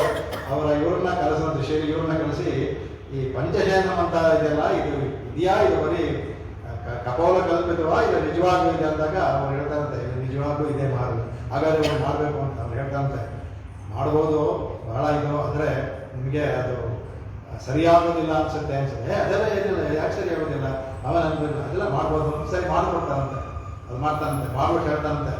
ಇದರ ಗುಣ ಏನು ಅಂದರೆ, ಯಾರಾದರೂ ಇದರ ಮೇಲೆ ಕೂತ್ಕೊಂಡ್ಬಿಟ್ರು ಸಾಕು, ಅವ್ರು ಮೈ ಮರೆತು ಕೊಡ್ತಾರೆ. ಮೈ ಮರೆತು ಅಲ್ಲೇ ಮಲಗಿಬಿಡ್ತಾರೆ, ಮೈ ಮರೆತು ಕೊಡ್ತಾರೆ. ಇದನ್ನು ನೀವು ತುಂಬ ಅಂದರೆ ಬಾಯ್ಬಿಟ್ಟು ರಾಜ ಅಂತ ಹೇಳಿರಲ್ಲ, ಅವ್ರಿಗೆ ಏನಾದ್ರು ಆಚಾರ್ಯ ಆಗ್ಬೋದು ಅನ್ನೋದು ಕೇಳಿರ್ತಾರೆ. ಇದು ಬೇಡ ಅನ್ಸುತ್ತೆ ನಿಮಗೆ ಅಂತ ಹೇಳಿ ಮಾಡಿಕೊಡ್ತಾನಂತೆ. ಇದು ನಡೆದಿದ್ದ ಕಥೆ ಇದೆ, ಕಥೆ ಬರುತ್ತೆ. ಕಡೆಗೆ ಇವ್ರಿಗೆಲ್ಲ ಹೇಳ್ತಾರಂತೆ, ಯಾವಾಗಲೂ ಸುಮ್ಮನೆ ಇದ್ರಲ್ಲ, ಮಾಡಬೇಡ ಅಂದ್ಬಿಟ್ರೆ ಮನಸ್ಸು ಮಾಡೋ ಅನ್ಸುತ್ತೆ. ಅವರೆಲ್ಲ ಕರ್ಕೊಂಡು ನೋಡಿ ಇದೆಲ್ಲ ಬರಬೇಕು, ನೀವು ಮೇಲೆ ಹಾಕ್ಬೇಕಾದ್ರೆ ಯಾರೂ ಇದರಲ್ಲಿ ಕೂತ್ಕೊಳ್ಳೋದು, ಅದನ್ನು ತುಂಬ ಇದು ಮಾಡೋದು, ಒತ್ತದು ಮಾಡಬಾರ್ದು ಅಂತ ಹೇಳ್ತಾನಂತೆ. ಸ್ವಲ್ಪ ಜನ ಹೋಗುತ್ತೆ, ಒಬ್ಬನಿಗೆ ತುಂಬ ಗೊತ್ತು, ಯಾಕೆ ಮಹಾರಾಜರು ಬೇಡ ಅಂತಾರೆ, ಇದರಲ್ಲಿ ಏನಿದೆ, ನಾವು ನಿತ್ಯ ಅವನ ಹಿಂದಿನ ಹಾಸಿಗೆಲ್ಲ ನಾವೇ ತಾನೇ ಮಾಡ್ತಾ ಇದ್ವಿ, ಮೇಲೆ ಹತ್ತಿ ಮಾಡಿ ಎಲ್ಲ ಮಾಡ್ತಾ ಇದ್ವಿ, ಇದು ಮಾಡಿ ಮೇಲೆ ಹತ್ತಬಾರ್ದು ಇಲ್ಲ ಹೇಳ್ತಾರೆ ಅಂದ್ಬಿಟ್ಟು ಕುತೂಹಲದಿಂದ ಕೂತ್ಕೊಂಡ್ಬಿಡ್ತಾನೆ. ಹೋಗಿ ನಿದ್ದೆ ಬಂದು ಮಲ್ಕೊಂಡ್ಬಿಡ್ತಾನೆ ಅವನು. ಮಲ್ಕೊಂಡ್ಬಿಟ್ಟಾಗ ಆಯಿತು ರಾಣಿ ಬರ್ತಾರಂತೆ. ಸಾಯಂಕಾಲ ಆಯಿತು, ರಾಣಿ ಬರ್ತಾನೆ. ರಾಣಿ ಬಂದು ಮಂದ ದೀಪ ಇರ್ತಲ್ಲ, ಮಲ್ಕೊಂಡ್ಬಿಡು ಬದುಕುವೆಲ್ಲ ಹೊತ್ಕೊಂಡ್ಬಿಟ್ಟಿದ್ದಾನೆ, ರಾಜನೇ ಬಂದು ಮಲ್ಕೊಂಡಿದ್ದಾನೆ ಅಂದ್ಬಿಟ್ಟು ಅವಳು ಮಲ್ಕೊಂಡ್ಬಿಡ್ತಾನೆ ರಾಣಿ. ಅದಾದ್ಮೇಲೆ ಆ ರಾಜ ಪಾಪ ಎಲ್ಲ ಮುಗಿಸ್ಕೊಂಡು ಬರ್ತಾನಂತೆ. ಬಂದ್ಬಿಟ್ಟು ನೋಡ್ತಾನೆ, ಇದೇನು ರಾಣಿ ಇಬ್ಬರು ಥರ ಹೇಳ್ತಾ ಇದ್ದೇನೆ, ರಾಣಿ ಇನ್ಯಾರು ಮಲ್ಕೊಂಡಿದ್ದಾನೆ ಅಂತ ದೀಪ ಹಚ್ಚಿಸ್ಕೊಂಡು ನೋಡ್ದ ಅಂದರೆ ಇದು ರಾಣಿ ಏನು ನೋಡ್ತಂತೆ, ಇದು ನೀವು ಅಂದ್ಕೊಂಡ್ಬಿಟ್ಟೆ ಅಂದ್ಬಿಟ್ಟು ಅಂತ ಶಿರಚ್ಛೇದ ಮಾಡಿ ನಿಮಗೆ ಅಂತಾರಂತೆ. ಅದನ್ನ ನೋಡಿ ರಾಜ ಅವನ ತಕ್ಷಣ ಅವನು ಬಿಟ್ಟು ಹೇಳ್ತಾನೆ, ಇಲ್ಲ ಅವನ ತಪ್ಪಲ್ಲ, ಈ ಹಾಸಿಗೆ ತಪ್ಪು ಅದರಿಂದ. ಆದರೆ ಅವನು ತಪ್ಪು ಏನು ಮಾಡಿದ್ರೆ ಅವನು ಕೂತ್ಕೋಬಾರ್ದಾಗಿತ್ತು, ಅದು ನಂದೇ ತಪ್ಪು, ನಾನು ಹೇಳಿದ್ರಿಂದ ಅವನಿಗೆ ಕೂತ್ಕೊಂಡು ಮಾಡಿದ್ದಾನೆ ಅಂದ್ಬಿಟ್ಟು ಮೊದಲು ಅವ್ರನ್ನ ಕಳಿಸಿ ನೀನು ಹೇಳಿ ಸರಿ ಅಂತ. ಅಂದರೆ ಈ ಕಾಲದಲ್ಲೂ ಈಗ ನಮ್ಗೆ ಹೋಗಿದೆ, ಅದು ಈಗ ವಿದ್ಯೆ ಹೋಗಿದೆ. ಆ ಪಂಚಶಯನ ಮಾಡುವ ವಿದ್ಯೆ ಇದರಿಂದ ಮಾಡ್ತಾ ಇದ್ರು ಅಂದ್ಬಿಟ್ಟು ಇದೆ. ಪ್ರಾಯಶಃ ಅದಕ್ಕೆ ಕೆಲವು ಇದೆಲ್ಲ ಇರ್ಬೋದು, ಅನೇಕ ಅವಾಗೆಲ್ಲ ನಮ್ಮ ತುಂಬ ವಿದ್ಯೆಗಳನ್ನು ಮಲಿತಾರೆ, ಎಲ್ಲ ಲುಪ್ತವಾಗಿದೆ. ನಮ್ಮ ವಿದ್ಯೆ ವಿದ್ಯೆಗಳೇ ಯಾವುದೂ ಇಲ್ಲ ಅದಕ್ಕೆ. ಹಾಗಾಗಿ ಇದು ತುಂಬ ಹಾಗಾಗಿ ಪಂಚಶಯನ ಅನ್ನೋದು ಆ ಥರ ಇರುವಂಥದ್ದು. ಇಲ್ಲಿ ಯಾತಕ್ಕೆ ಪಂಚಶಯನ ಹೇಳಂದರೆ ಹೇಳ್ದಂಗೆ ಅವರು ಈಗ ನಮಗೆ ಲೋಕಕ್ಕೆ ನಾವು ಬೇಕಾದವರಿಬ್ಬರ ಮಿಥುನ ಇಬ್ಬರು ಒಟ್ಟಿಗೆ ಇರಲಿಕ್ಕೆ. ಹಾಗಾಗಿ ಇಬ್ಬರು ನಪ್ಪಿನ ತಾಯಿ ಮತ್ತು ತಂದೆಯ ಅಂತ ಇಬ್ಬರು ಅಲ್ಲಿ ವಿಹಾರ ಮಾಡೋದು ಅದು ಯೌಗಿಕವಾಗಿ ನಾವು ಮಾಡಬೇಕು. ಅವ್ರು ಮಾಡೋದು ಈ ಥರ ಇದೆಲ್ಲ ಈಗ ನಾವು ಈ ದಿನ ಈಗಿರುವಂಥ ಭಾವನೆ ಇಟ್ಕೊಂಡು ಹೇಳ್ತೀವಲ್ಲ, ಆ ಥರ ಇದೆಲ್ಲ ಅವೆಲ್ಲ ಯೌಗಿಕವಾದ ಭಾವನೆ. ಅವ್ರು ಭಗವಂತನ ಇರ್ಬೇಕಾದ್ರೆ ಅವರಿಬ್ಬರು ಮಿಥುನವೇ ಲೋಕ ಸೃಷ್ಟಿ ಸ್ಥಿತಿ ಎಲ್ಲ ಅವರಿಬ್ಬರಿಂದನೇ ಆಗೋದು. ಅವರಿಬ್ಬರು ಮಿಥುನದಲ್ಲಿದ್ರೇ ಲೋಕ ಕಲ್ಯಾಣವಾಗುತ್ತೆ. ಹಾಗಾಗಿ ಲೋಕ ಕಲ್ಯಾಣಕ್ಕೋಸ್ಕರ ನಮಗೆ ಆ ಮಿಥುನತ್ವ ಬೇಕು ನಮಗೆ. ಅದನ್ನು ಹೇಳ್ತಾ ಇದ್ದೀವಿ. ಆಮೇಲೆ ಇದರಲ್ಲಿ ಕೊಡ್ಬೇಕಾದಂದ್ರೆ ಈ ಪಂಚಶಯನ ಅನ್ಬೇಕಾದ್ರೆ ಸ್ವಾಪದೇಶದಲ್ಲಿ ಅರ್ಥಪಂಚಕವನ್ನು ಹೇಳುತ್ತೆ. ಇದು ಒಂದೊಂದು ಅರ್ಥವನ್ನು ಪ್ರಾಪ್ಯಸ್ಯ ಬ್ರಹ್ಮಣೋ ರೂಪಂ ಪ್ರಾಪ್ತುಶ್ಚ ಪ್ರತ್ಯಗಾತ್ಮನಃ ಪ್ರಾಪ್ತುಕಾಯಂ ಫಲಂ ಪ್ರಾಪ್ತಯೇ ತಥಾ ಪ್ರಾಪ್ತಿ ವಿರೋಧಿ ಚಾರ್ಥ. ಮೊದಲು ನಾವು ತಿಳ್ಕೋಬೋದು 5 ಅರ್ಥಪಂಚಕ ಅಂದರೆ ನಮ್ಮ ಸ್ವರೂಪ ತಿಳ್ಕೋಬೇಕು, ಭಗವಂತನ ಸ್ವರೂಪದಿಂದ ಜೀವಾತ್ಮ ಸ್ವರೂಪ ಭಗವಂತನ ಸ್ವರೂಪ ತಿಳ್ಕೋಬೇಕು, ಆ ಭಗವಂತನ ಪಡೆಯುವ ಉಪಾಯ ತಿಳ್ಕೋಬೇಕು, ಆ ಭಗವಂತನ ಪಡೆದಾದ್ರೆ ಏನು ಫಲ ಬರುತ್ತೆ ಅದು ತಿಳ್ಕೋಬೇಕು. ಇದೆಲ್ಲ ಮಾಡುವಾಗ ವಿರೋಧಿಗಳು ಬರ್ತಾನೆ, ಆ ವಿರೋಧವನ್ನು ತಿಳ್ಕೋಬೇಕು. ಈ 4-5 ಅದಕ್ಕೆ ಅರ್ಥಪಂಚಕಗಳನ್ನು ಹೇಳೋದಕ್ಕೆ ಈ ಪಂಚಮಿ ಒಂದೊಂದು ಹೋಗಿ ಆ ವಿರೋಧವನ್ನ ಮಾಡೋದಕ್ಕೆ ಅದಕ್ಕೋಸ್ಕರ ಹೇಳಿದ್ದಾರೆ. ಇಲ್ಲಿ ಅದನ್ನು ಕೂಡ ನಾವು ಅದೇ ಅದಕ್ಕೆ ಇದರಲ್ಲಿ ಬರುತ್ತೆ. ವೇದತೆ ವದಂತಿ ಸಕಲ ವೇದ ಇತಿಹಾಸ ಪುರಾಣಕ ಅನ್ನುವಂಥ ಇದು ಐರ್ಬುದ್ಧ ಸಂಹಿತೆ ಲಕ್ಷ್ಮೀಕಾಂತದಲ್ಲಿ ಬರುತ್ತೆ ಇದು. ಹಾಗಾಗಿ ಇದನ್ನು ವಿಶೇಷವಾಗಿ ಅರ್ಥಪಂಚಕಕ್ಕೆ ಹೋಲಿಸಿದ್ದಾರೆ ಒಂದು. ಅದಕ್ಕೆ ಪರಾಶರ ಕೊಟ್ಟು ಇದು ಮಾಡಬೇಕಾದ್ರೆ ನಮ್ಮ ಇವಾಗ ತಿರುವಾಗಿ ನಮಗೆ ಅರ್ಥಪಂಚಕವನ್ನು ತೋರಿಸುತ್ತೆ ಅಂತ. ಅದಕ್ಕೆ ಮಿಕ್ಕ ಇರ್ನೆಲಿಯಂ ಕೈಯಾಂ ಇರ್ನೆಲಿಯಂ ತಕ್ಕ ನೆಲಿಯಂ ತಡೆಯಾಗಿ ತೊಟ್ಟಿಯಲಂ ಊಳಿವನಿಯಂ ವಾಯುವಿನಿಯಂ ಓದು ಅಂದ್ಬಿಟ್ಟು ಅದನ್ನು ತೋರಿಸ್ಕೊಟ್ಟು ಅದಕ್ಕೆ 5 ಎಲ್ಲೂ ಅದನ್ನು ಬರುತ್ತೆ. ಅದಕ್ಕೆ ಆಚಾರ್ಯರು ಶಿಷ್ಯಗೆ ಬೋಧನೆ ಇದಂತೆ ಹೇಳ್ದಲ್ಲ. ನಂದಾ ಬೆಳಕಿನ ಆಚಾರ್ಯ ಇಟ್ಕೊಂಡು ಅಂದರೆ ನಂದಾದೀಪವಾದ ಆಚಾರ್ಯ ಏನು ಬೋಧಿಸ್ತಾರೆ ಅಂದರೆ ಮೊದಲು ನಮಗೆ ಬೋಧಿಸೋದೇ ಅರ್ಥಪಂಚಕವಂತೆ. ಯಾಕಂದರೆ ಮೊದಲು ತಿಳ್ಕೊಬೇಕಾಗಿತ್ತಾನೆ. ಬೇಸಿಕ್ ಇದು ತಿಳ್ಕೊಂಡ ಮೇಲೆ ಮುಂದಕ್ಕೆ ಹೋಗೋದು. ಇದನ್ನೇ ತಿಳಿದಿರೋ ಮುಂದಕ್ಕೆ ಹೋಗಕ್ಕೆ ಸಾಧ್ಯವೇ ಇಲ್ಲ. ಯಾಕಂದರೆ ನಮ್ಮ ಜೀವಾತ್ಮ ದೇಹ ಒಂದೇ ಅಂದ್ಕೊಂಡಿರೋರಿಗೆ ಜೀವಾತ್ಮ ಬೇರೆಪ್ಪ, ದೇಹ ಬೇರೆ. ನಿನ್ನೆ ಇದ್ರ ಸ್ವರೂಪ ತಿಳ್ಕೊ, ಇದಕ್ಕಿಂತ ಮೇಲಿರುವಂಥ ಭಗವಂತ ಸ್ವರೂಪ ತಿಳ್ಕೊ, ಅವನ್ನ ಪಡೆಯೋದೇ ನಮ್ಮ ಗುರಿ. ಇದೆಲ್ಲರೂ ಅರ್ಥಪಂಚಕವನ್ನು ಅವರು ನಮಗೆ ಹೇಳ್ಕೊಡ್ತಾರಂತೆ ಅದು. ಹಾಗಾಗಿ ಇದನ್ನು ಮಾಡ್ತಾರೆ. ಈಮೇಲೆ ಪರ್ಯಂಕ ವಿದ್ಯೆ ಅಂತ ಹೇಳಿದೆ ಕೌಶಲ್ಯ ಉಪನಿಷತ್ತಲ್ಲಿ ಬರುತ್ತೆ. ಮೊನ್ನೆ ಹೇಳಿದೆ, ಕೆಲವರು ಕೇಳಿದವ್ರಿಗೆ ಯಾವ್ದಾದ್ರು ಇದಾಯಿತು ಅಂತಾರೆ. ಆ ಕೌಶಲ್ಯ ಉಪನಿಷತ್ತಲ್ಲಿ ಹೇಗೆ ಈ ಜೀವಾತ್ಮ ಇಲ್ಲಿಂದ ಹೊರಟಿದ್ದೆಲ್ಲ ಹೇಳುತ್ತೆ. ನಮಗೆ ಈ ಪಂಚಶಯನದವರು ಮಾತ್ರ ತಗೊಳ್ಳೋಣ. ಅದಕ್ಕೆ ಮೊದಲು ಏನು ಮಾಡ್ತಂತೆ, ಈ ಜೀವಾತ್ಮ ಸಹ ಗಚ್ಚತಿ ವಿರದಾ ನದಿ ಅಂತ ಹೇಳ್ತಾರೆ. ಮತ್ತು ವಿರದಾ ನದಿಗೆ ಈ ಜೀವಾತ್ಮ ಸಹ ಅಂದ್ರೆ ಜೀವಾತ್ಮ ಆಗಚ್ಚತಿ. ಅಲ್ಲಿ ಬಂದ ತಕ್ಷಣ ಏನು ಮಾಡ್ತಾರೆ, ಅಲ್ಲಿ ಹೇಳ್ತಾರೆ ಶತಂ ಚೂರ್ಣ ಹಸ್ತ ಹಜನಂ ವಾಸ ಹಸ್ತ ಶತಂ ಈ ಮೂಲ ಹಸ್ತ ಎಲ್ಲ ಇರ್ತಾರೆ. ಅವರು ಬಂದು ಬ್ರಹ್ಮಾಲಂಕಾರ ಮಾಡ್ತಾರೆ. ವಿರಜಾನದಿ ಸ್ನಾನ ಆದ ತಕ್ಷಣ ಎಲ್ಲರೂ ಅಪ್ಸರ ಸ್ತ್ರೀಯರು ಬಂದು ನನಗೆ ಬ್ರಹ್ಮಾಲಂಕಾರ ಮಾಡ್ತಾರಂತೆ. ಬ್ರಹ್ಮ ಅಲಂಕಾರೇಣ ಅಲಂಕುರುವಂತಿ ಅಂತ ಹೇಳ್ತಾರೆ. ಅದು ಅದಾದ್ಮೇಲೆ ಆ ಬ್ರಹ್ಮಾಲಂಕಾರ ಮಾಡ್ಕೊಂಡು ಹೇಳ್ತಾರೆ ಸಹ ಗಚ್ಚತಿ ತಿಲಿಯ ವೃಕ್ಷ. ಅಲ್ಲಿ ಸೋಮಸವನ ಅಂತ ವೃಕ್ಷ, ತಿಲಿಯ ವೃಕ್ಷ ಇರ್ತಂತೆ. ಅದು ಆ ತಿಲಿಯ ವೃಕ್ಷಕ್ಕೆ ಬಂದಾಗ ಅಲ್ಲಿ ಬರುತ್ತೆ. ಬಂದ ತಕ್ಷಣ ಇರ್ತಂತೆ ತಮ್ಮ ಬ್ರಹ್ಮಗಂಧ ಪ್ರವೇಶತಿ. ಅಲ್ಲಿ ಬಂದುವಾಗ ಸೋಮರಸ ಬಂದ ತಕ್ಷಣ ಬ್ರಹ್ಮಗಂಧ ಅಲ್ಲಿ ಬರ್ತಂತೆ. ಅಲ್ಲಿ ಎಲ್ಲ ಬ್ರಹ್ಮವೇ, ಅಲ್ಲಿ ಬ್ರಹ್ಮ ಬೆಕ್ಕ ಹೇಳ್ತಾರೆ. ಎಲ್ಲವೂ ಬ್ರಹ್ಮ ಬ್ರಹ್ಮಗಂಧ ಅದೆಲ್ಲವೂ ಸಹ ಎಲ್ಲವೂ ಬ್ರಹ್ಮವೇ ಅಲ್ಲಿ. ಆಗ ಬ್ರಹ್ಮಗಂಧ ಅವನಿಗೆ ಪ್ರವೇಶವಾಗುತ್ತಂತೆ, ದೇಹಕ್ಕೆ ಬರ್ಕೊಡ್ತಂತೆ ಅವನಿಗೆ. ಆಮೇಲೆ ಸಾಲಾಗಚ್ಚಲಿ ಸಾಲಜ್ಯ ಸಂಸ್ಥಾನ, ಭಗವಂತನ ಅರಮನೆಗೂ ಇರುವಂಥ ಅರಮನೆಗೂ ಈ ತಿರ್ಯವರ ಮಧ್ಯೆ ಒಂದು ಜಾಗ ಇದ್ದಂತೆ, ಸಾಲಜ್ಯ ಸಂಸ್ಥಾನ ಅಂತ ದೊಡ್ಡ ಒಂದು ಸಾವಕಾಲ ಮಂಟಪತ್ತಾರೆ.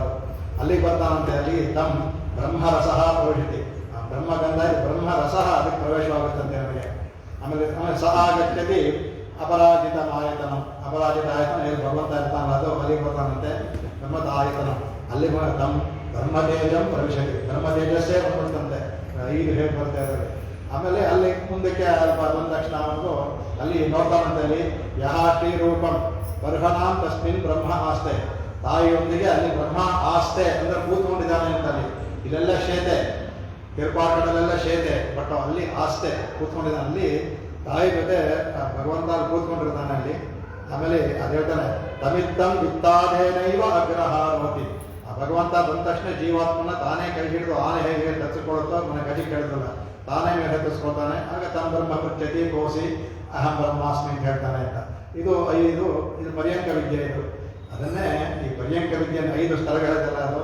ಎಲ್ಲಿ ಒಂದು ವೀರ್ಯಾನದಿಗೆ ಬರೋದೊಂದು, ತಿರಿಯ ವೃಕ್ಷಕ್ಕೆ ಬರೋದೊಂದು, ಆಮೇಲೆ ಸಾಲಜ್ಯ ಪ್ರಸ್ಥಾನಕ್ಕೆ ಬರೋದೊಂದು, ಅವನ ಅಪರಾಜಿತದಲ್ಲಿ ಬರೋದು, ಅವನ ಭಗವಂತನ ಮೇಲೆ. ಈ 5 ಸಹ ವಿಷಯಗಳದ್ದು ಈ ಪರ್ಯಂಕ ವಿದ್ಯೆಯನ್ನು ಹೇಳಿದೆ ಅಂದ್ಬಿಟ್ಟು ಹೇಳ್ತಾರೆ. ಆ ಪಂಚಶಯನದ ಮೇಲೆ ಏನ್ಬೇಕಾದ್ರೆ ಎಲ್ಲವನ್ನೂ ಹೇಳಿದ್ದಾರೆ ಅಂದ್ಬಿಟ್ಟು ಅಂತ.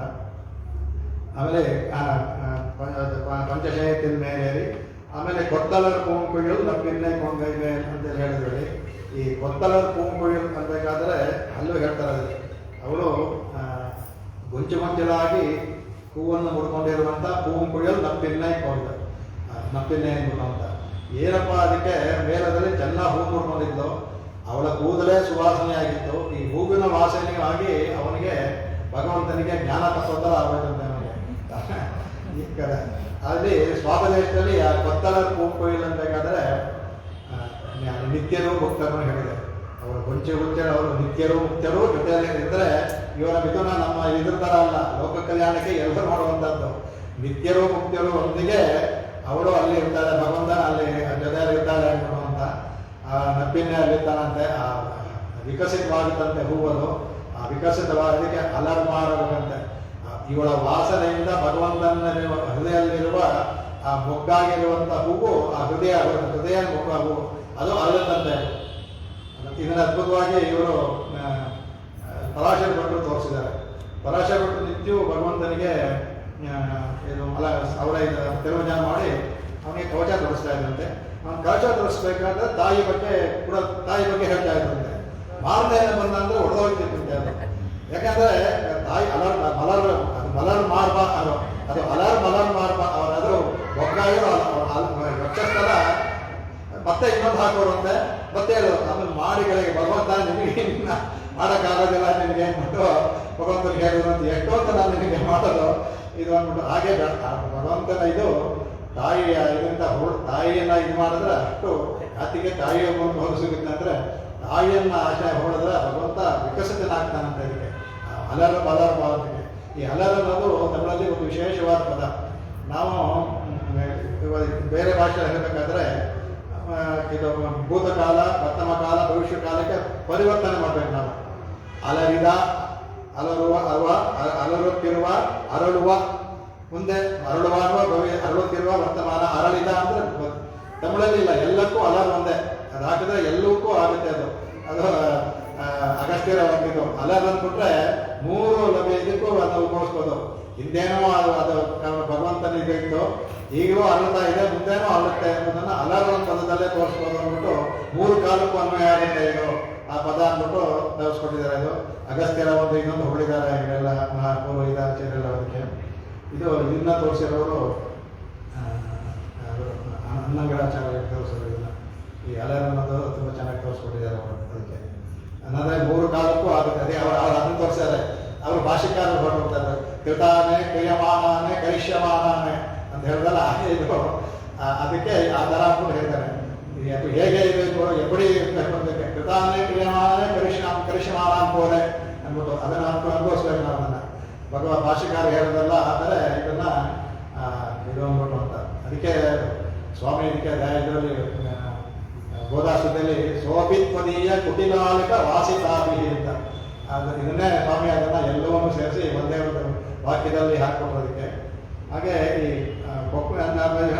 ಕೂಂಕುಳಿಯಲ್ಲ ಅನ್ಬೇಕಾದ್ರೆ ಅಲ್ಲಿ ನಾವು ನಿತ್ಯವೂ ಮುಕ್ತರನ್ನು ಸೇರಿಸ್ಕೋಬೇಕು. ಅಲ್ಲಿ ಒಂದು ಅನಂತ ಗರುಡಾದಿ ವಿಶ್ವಸೇನೆಗಳಿದ್ದಾರೆ, ಅವರೆಲ್ಲರನ್ನೂ.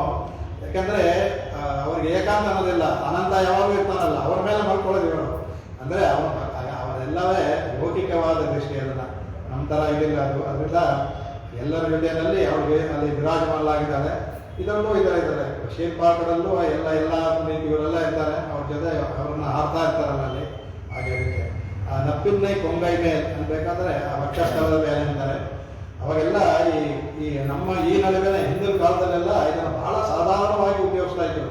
ರಾಮಾಯಣ ತಗೊಳ್ಳಿ, ರಾಮನೇ ಸೀತೆ ಇದನ್ನು ವರ್ಣಿಸ್ತಾನೆ, ರಾವಣನೂ ವರ್ಣಿಸ್ತಾನೆ, ಅದಕ್ಕೆ ಸೀತೆ ತಪ್ಪಾಗಿ ನೋಡೋದಿಲ್ಲ ಅದು. ಅಂದರೆ ಅವಾಗದೆಲ್ಲ ಒಂದು ಸಾಧಾರಣ ವಿಷಯ ಆಗಿತ್ತು. ಅದು ಯಾವ ಒಂದು ರಾವಣನಿಗೆ ಕೆಟ್ಟ ಬುದ್ಧಿ ಅಂತ ಹೇಳಿದ್ರು, ಬೇರೆ ಯಾರಿಗೂ ಆ ಥರ ಇರಲಿಲ್ಲ. ಅದು ತಾಯಿ ಅಂತ ಬರಬೇಕಾದ್ರೆ ಬಹಳ ಯೌಗಿಕವಾದ ಗುಣಗಳೇ ಬರುತ್ತೆ. ಇಲ್ಲಿ ಹೇಳ್ತಾರೆ ತಾಯಿಯ ವಕ್ಷಸ್ಥಲ ಜ್ಞಾನ ಮತ್ತು ವೈರಾಗ್ಯಕ್ಕೆ ಸೂಚನೆ ಅಂದ್ಬಿಟ್ಟು, ಜ್ಞಾನ ಮತ್ತು ವೈರಾಗ್ಯದ ಸಂಕೇತ ಅದು ಅಂದ್ಬಿಟ್ಟು ಅಂತ.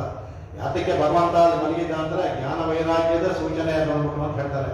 ಆ ನಪ್ಪಿನ್ನೈ ಕೊಂಗೈ ಮೇಲೆ ಅಂತ ಅದಕ್ಕೆ ಅದನ್ನ ಹೇಳ್ತಾರೆ, ಅವಳೇ ಹೇಳ್ತಾರೆ, ಅವಳ ಮೇಲೆ ವೈದ್ಯಕ್ಕೊಂಡು ಅನ್ನೋ ಎರಡು ಥರ ಮಾಡ್ತಾರೆ. ನಪ್ಪಿನ್ನಯ ವಕ್ಷಸ್ಥಳದ ಮೇಲೆ ಮಲ್ಕೊಂಡ ಮುಂದೆ ಮಾಡ್ತಾರೆ. ನಪ್ಪಿನ್ನೈ ಕೊಂಗೈ ಮೇಲ್ವೈತುಕೊಂಡ, ಕೊಂಗೈ ನಪ್ಪಿನೆಯಾದ ನಪ್ಪಿನ್ನೆಯನ್ನು ಮೇಲ್ವೈತುಕೊಂಡು ತನ್ನ ಮೇಲೆ ಇಟ್ಕೊಂಡು ಅಂದರೆ ಪರಸ್ಪರ ಮಾಡ್ತಾರೆ ಅಂದ್ಬಿಟ್ಟು ಅಂತ. ಅನ್ಯೋನ್ಯ ಪರಸ್ಪರ ಮಿಥುನ ಭಾವ ಅಂದ್ಬಿಟ್ಟು ವ್ಯಾಖ್ಯಾನ ಮಾಡ್ತಾರೆ. ಪರಸ್ಪರ ಮಿಥುನ ಭಾವ ಅದು ಅಂದ್ಬಿಟ್ಟು ಅಂತ ಹೇಳ್ತಾರೆ. ಅದಕ್ಕೆ ಇದು ಜಗದೃಕ್ಷವಾದದ್ದು ಅಂದ್ಬಿಟ್ಟು ಅಂತ. ಇದು ನಿತ್ಯ, ಇದು ಶುದ್ಧವಾದದ್ದು, ಈ ಪ್ರಾಕೃತಿಕ ರಕ್ತಮಾಂಸಗಳಿಂದ ಮಾಡಿದಂತಹದಲ್ಲ. ಇದನ್ನು ತೋರಿಸಬೇಕು. ಇದಕ್ಕೆ ಈ ಇಂದ್ರಿಯ ನಿಗ್ರಹಕ್ಕೆ ಇದೊಂದು ಕಾರಣ ಅಂತಾರೆ. ಈಗಲೂ ಸಹ ವಲ್ಲಭ ಪಂಥ ಅಂತ ಉತ್ತರ ಭಾರತ ಭಾಷೆಯಲ್ಲಿ ಒಂದು ವಲ್ಲಭ ಪಂಥ ಅಂತಿದೆ, ವೈಷ್ಣವ ದೇವರು. ಆ ವಲ್ಲಭ ಪಂಥದಲ್ಲಿ ಸನ್ಯಾಸವನ್ನು ಕೊಡಬೇಕಾದ್ರೆ ಸನ್ಯಾಸಕ್ಕೆ ಮುಂಚೆ ಅವರಿಗೆ ಒಂದು ಮಂಡಲ 48 ದಿನಗಳೋ 1 ತಿಂಗಳು ಅವ್ರಿಗೆ ಎಷ್ಟು ವಿಧಿಸ್ತಾರೋ ಆ ಥರ ಅವ್ರಿಗೆ ಮನಸ್ಸಿಗೆ ಬಂದಾಗ ಹೇಳ್ತಾರಂತೆ. 1 ತಿಂಗಳು ಕಾಲ 2 ತಿಂಗಳು ಅವರು ಭಗವಂತನ ಕೃಷ್ಣನ ರಾಸಕ್ರೀಡೆ ಇರ್ತಲ್ಲ, ಆ ರಾಸಕ್ರೀಡೆಯಿಂದ ಧ್ಯಾನ ಮಾಡ್ಬೇಕಂತೆ ಅವರು. ಅದೇ ಧ್ಯಾನ ಮಾಡಿದ್ಮೇಲೆ ಆಗ ಅವ್ರ ಮನಸ್ಸಿನಲ್ಲಿ ಆ ಭಗವಂತನ ರಾಸಕ್ರೀಡೆ ಜಲಕ್ಕೆ ಇದಕ್ಕೆ ಜಗದ್ರಕ್ಷಣಕ್ಕೋಸ್ಕರ ಅಂತ ಮನಸ್ಸು ಭಾವನೆ ಬರುತ್ತಂತೆ. ಆಮೇಲೆ ಸನ್ಯಾಸ ಕೊಡ್ತಾರಂತೆ. ಅಂದರೆ ಇಂದ್ರಿಯ ನಿಗ್ರಹಕ್ಕೆ ಕಾರಣವಾಗುವಂಥದ್ದು ಇವತ್ತಿಗೂ ಅದು ವಲ್ಲಭ ಪಂಥದಲ್ಲಿ ಆ ಭಗವಂತನ ರಾಸಕ್ರೀಡೆಯನ್ನು ಎಷ್ಟು ನಿಯಮಿತಗೊಂಡು ಮಂಡಲ 1 ತಿಂಗಳು ಅವ್ರಿಗೆ ಆಚಾರ್ಯ ಯಾವ ಥರ ಹೇಳ್ತಾರೆ. ಸನ್ಯಾಸ ಕೊಡುವಾಗ ಹೇಳ್ತಾರೆ ಇಷ್ಟು ಅವ್ರ ಮನಸ್ಸು ಏನು ತೋರಿಸುವಾಗ ಅವ್ರು ನೋಡಿ ಆ ಶಿಷ್ಯನಿಗೆ ಆಯ್ತು ನೀವು 1 ತಿಂಗಳು ಮಾಡು, 2 ತಿಂಗಳು ಮಾಡು, ಕೆಲವರು 6 ತಿಂಗಳಿಗೆಲ್ಲ ಹೇಳ್ದಂದ್ರೆ ಅವ್ನು 6 ತಿಂಗಳು ಭಗವಂತನ ರಾಸಕ್ರೀಡೆ ಆಡೋದೆಲ್ಲ ಮನಸ್ಸಲ್ಲೇ ಧ್ಯಾನ ಮಾಡ್ತಾ ಇರಬೇಕು. ಅದನ್ನು ಆದಮೇಲೆ ಸನ್ಯಾಸ ಕೊಡ್ತಾರಂತೆ ಅವರು. ಅದು ಅದ್ಭುತವಾದ ಇದು. ಅವಾಗೇನಾಗುತ್ತೆ, ಭಗವಂತನ ಮಿಥುನದಲ್ಲಿ ಮನಸ್ಸು ಲಯವಾಯಿತು ಅಂದರೆ ಬೇರೆ ಯಾವುದಲ್ಲೂ ಕಾಮದಲ್ಲಿ ದೃಷ್ಟಿ ಹೋಗೋದಿಲ್ಲ ಅನ್ನೋ ಒಂದೇ ಒಂದು ಕಾರಣದಿಂದ ಅದನ್ನು ಕೊಡ್ತಾರೆ. ಇದಕ್ಕೆ ನಾವು ಮೀರಾ ಮತ್ತು ಗೋದೆ ಅದ್ಭುತವಾದ ಸಾಕ್ಷಿಯನ್ನು ತೋರಿಸ್ಬೋದು. ಗೋದೆಯೂ ಸಹ ಎಲ್ಲರೂ ಸಹ ಎಲ್ಲ ಹೇಳ್ಕೊಂಡಿದ್ದಾರೆ. ಅದಕ್ಕೆ ಅವ್ರು ಹೇಳ್ಬೇಕಾದ್ರೆ ಅವ್ರಿಗೆ ಆ ಭಾವನೆಯೇ ಇಲ್ಲ. ನಾವು ಇದು ಮಾಡೋದು ನಮಗೆ ಪರ್ಯಾಯೇನ ಕುಸುತ್ತಷ್ಟ ಅಂತ ಹೇಳೋದಕ್ಕೆ ಅದಕ್ಕೆ ಆ ನ್ಯಾಯದಿಂದಲೂ ಸಹ ಅದೇ ಪರ್ಯಾಯೇನ ಒಂದು ಕಾರಣಕ್ಕಾಗಿ ಹೇಳ್ತಾರದಕ್ಕೆ ಅವ ಹೇಳ್ತಾರದಕ್ಕೆ ಏನು ಈಗ ಒಬ್ಬರೊಬ್ರು ಮಲ್ಕೊಂಡಿದ್ದಕ್ಕೆ ಕ್ರಮವಿದೆಯಾ ಅನ್ನೋ ಹೇಳ್ತಾರದಕ್ಕೆ ನೈವ ಶಾಸ್ತ್ರಂ ನಚಕ್ರಮ ಅಂತ. ಭಗವಂತ ಇಬ್ಬರು ಮಲ್ಗೋದಕ್ಕೆ ಯಾವ ಕ್ರಮ ಯಾಕೆಂದರೆ ಶಾಸ್ತ್ರವನ್ನು ಮಾಡೋನೇ ಅವನು. ಆ ಶಾಸ್ತ್ರ ನಮಗೆ, ಅವನಿಗೆ ಯಾವ ಕ್ರಮ, ಅವನಿಗೆ ಯಾವ ಇದು ಶಾಸ್ತ್ರ ಅದೆಲ್ಲ ನಮಗೆ. ಯಾಕೆಂದರೆ ನಮಗೆ ಶಾಸ್ತ್ರದಲ್ಲಿ ಹೇಳಿದೆ ನಮಗೆ ಲೌಕಿಕವಾಗಿರೋದಕ್ಕೆ ಮಲ್ಕೊಳ್ಳೋದಕ್ಕೆ ಯಾವ ಥರ ಇರಬೇಕು, ಕಾಲು ತೊಳ್ಕೊಬೇಕು, ಕಾಲು ಒರೆಸ್ಕೋಬೇಕು, ಅದರಲ್ಲಿ ಅನೇಕ ವಿಷಯಗಳನ್ನು ಹೇಳಿದೆ. ಮಲಗಿರ್ಬೇಕಾದ್ರೆ ಕಾಲು ಒದ್ದೆ ಆಗಿರ್ಬಾರ್ದು, ಊಟ ಮಾಡುವಾಗ ಕಾಲು ಒದ್ದೆ ಆಗಿರಬೇಕು ಹೇಳ್ತಾರೆ. ಅದೆಲ್ಲ ಶಾಸ್ತ್ರದಲ್ಲಿದೆ. ಮಲಗಿ ಕಾಲು ತೊಳ್ಕೊಂಡು ಒರೆಸ್ಕೊಂಡು ಮಲ್ಕೋಬೇಕು. ಊಟ ಮಾಡುವಾಗ ಆರ್ದ್ರಪಾದ ಭೋಜನ ಶುಷ್ಕಪಾದ ಚಯನಂ ಅಂತ. ಊಟಕ್ಕೆ ಮಾಡುವ ಕಾಲು ತೊಳ್ಕೊಂಡು ಆಚರಣ ಮಾಡಿ ಹಾಗೆ ಒದ್ದೆ ಕಾಲಲ್ಲಿ ಊಟ ಮಾಡಬೇಕು ಅದು ಹೇಳಿದೆ ಹಾಗೆ. ಆದರೆ ಆ ಶಾಸ್ತ್ರ ಅವನಿಗೆ ಭಗವಂತನಿಗಿಲ್ಲ. ಯಾಕಂದ್ರೆ ಅವನು ಎಲ್ಲರಿಗೂ ಒಪ್ತಾನೆ ಅದಕ್ಕೆ. ಯಾಕೆಂದ್ರೆ ಅದು ಅದಿದ್ದೇ ಇದೆ. ಊಟ ಮಾಡಿದ್ಮೇಲೂ ಕಾಲು ತೊಳೆದು ಆಚರಣೆ ಮಾಡಬೇಕು, ಊಟಕ್ಕೆ ಮುಂಚೆನೂ ಕಾಲು ತೊಳೆದು ಆಚರಣೆ ಮಾಡಬೇಕು. ಅದು ಎಲ್ಲವೂ ಕ್ರಮ ಇದೆ ಅಂತ ಹೇಳಬೇಕು ಅದಕ್ಕೆ.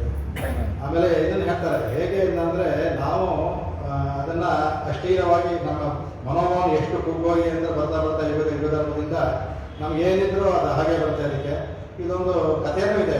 ನಿಮ್ಮ ಸಿನಿಮಾನು ತೆಗೆದು ಇತ್ತು. ಶಿವಭಕ್ತ ಇದ್ದಂತೆ ಒಬ್ಬ ಅವನ ರಾಜ ಅವನು ತುಂಬ ಶಿವಭಕ್ತ. ಆದರೆ ಒಂದ್ಸಲ ಅವರೆಲ್ಲ ಕುಡಿದು ಎಲ್ಲ ಮನ್ಮಂತರಾಗಿರ್ತಾರೆ. ಅವಳು ತನ್ನ ಪ್ರಿಯ ಜೊತೆಯಲ್ಲಿ ಇದ್ದಾಗ ಪ್ರದೋಷ, ಯಾವಾಗಲೂ ಪ್ರದೋಷ ದಿನ ಶಿವಪೂಜೆ ವಿಶೇಷ. ನರಸಿಂಹರಿಗೂ ಮಾಡ್ತೀವಿ. ನರಸಿಂಹ ಶಿವನ ಇದು ಅವನ ಅಂಶನೇ ಶಿವ ಅಂದ್ಬಿಟ್ಟು ನರಸಿಂಹರಿಗೂ ಪ್ರದೋಷ ಪೂಜೆ ಉಂಟು. ಅವರು ಮಾಡ್ತಾರೆ. ಪ್ರದೋಷದಲ್ಲಿ ಅವರು ಇವಾಗಲೂ ಶೈವರು ತಪ್ಪದೆ ಪೂಜೆ ಮಾಡ್ತಾರೆ.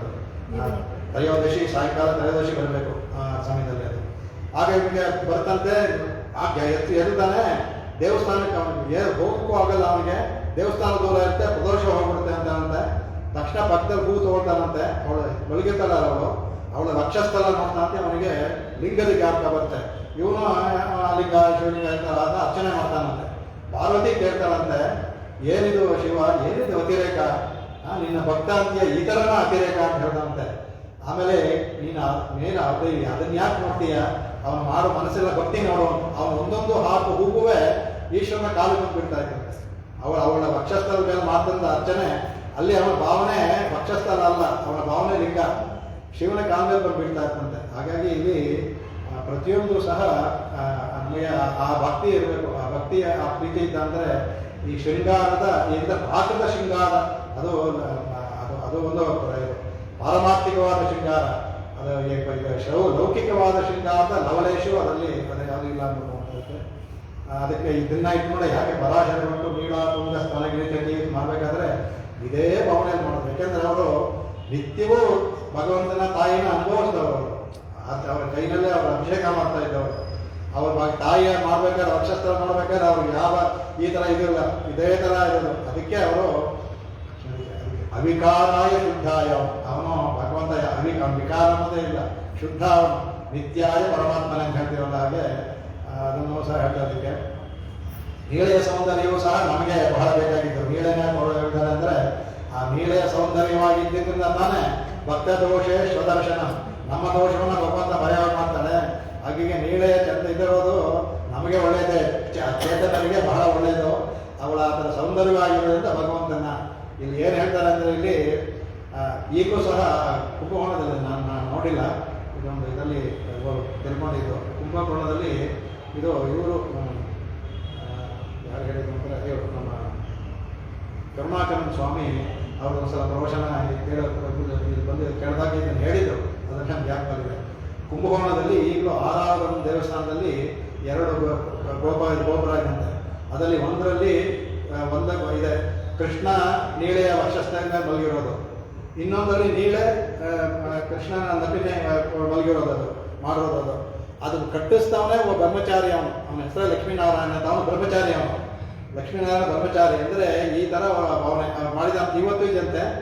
ಕಡೆಗೆ ಅವನಿಗೆ ಅವನ ಇದಾದ ಮೇಲೆ ಇವತ್ತಿಗೂ ಸಹ ಭಗವಂತ ತನ್ನ ಭಗವಾನ್ ಸ್ವೀಕಾರ ಮಾಡಿದಂತೆ. ನನ್ನ ಮಗ ಅಂದ್ಬಿಟ್ಟು, ನನ್ನ ಜ್ಞಾನಪುತ್ರ ಅಂತಾರೆ ಅವನಿಗೆ. ಇವತ್ತಿಗೂ ಸಹ ಇದೆಯಂತೆ. ಅವನಿಗೆ ಭಗವಂತ ಶ್ರಾದ್ದ ಮಾಡ್ತಾನಂತೆ.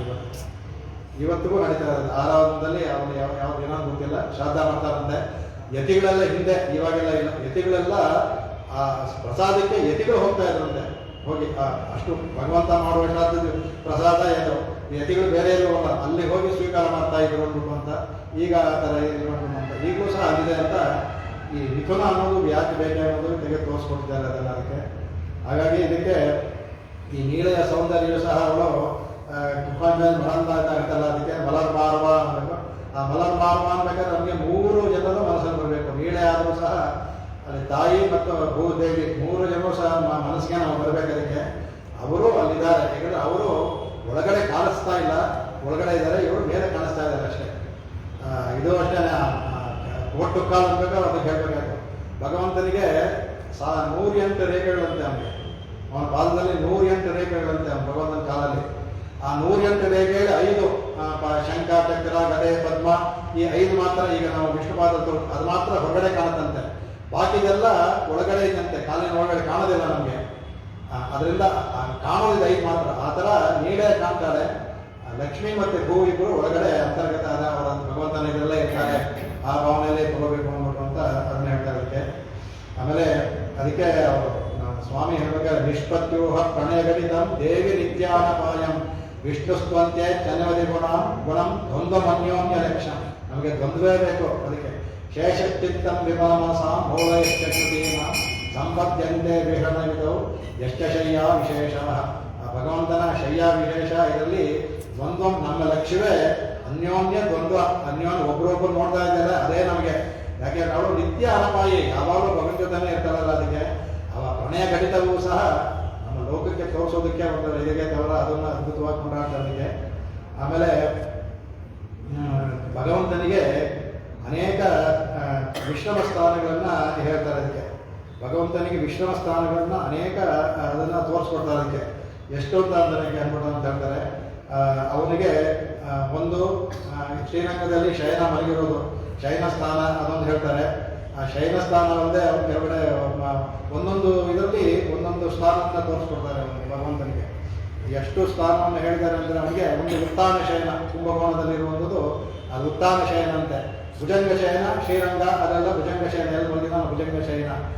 ಕ್ಷೀರಾಬ್ದಿಲಿರೋದು ಎಲ್ಲರೂ ಗೊತ್ತಿದೆ, ಅದು ಒಂದು ದಿವ್ಯದೇಶ ತಾನೆ. ಅದು ಬಟ್ 19 ಕ್ಷೇತ್ರದಲ್ಲಿ ಅವನು ಕ್ಷೀರಾವನು ಆ ಥರ ಭುಜಂಗ ಶಯನ 19 ಕ್ಷೇತ್ರದಲ್ಲಿ ಇದ್ದಾನೆ ಅಂತ ಹೇಳ್ತಾರೆ. ಅದರಲ್ಲಿ ಆ ವೀರಶಯನ ತಿರುವಿಂದಲೂರಲ್ಲಿ ವೀರಶಯನದಲ್ಲಿ ಇದ್ದಾನಂತೆ ಅವನು.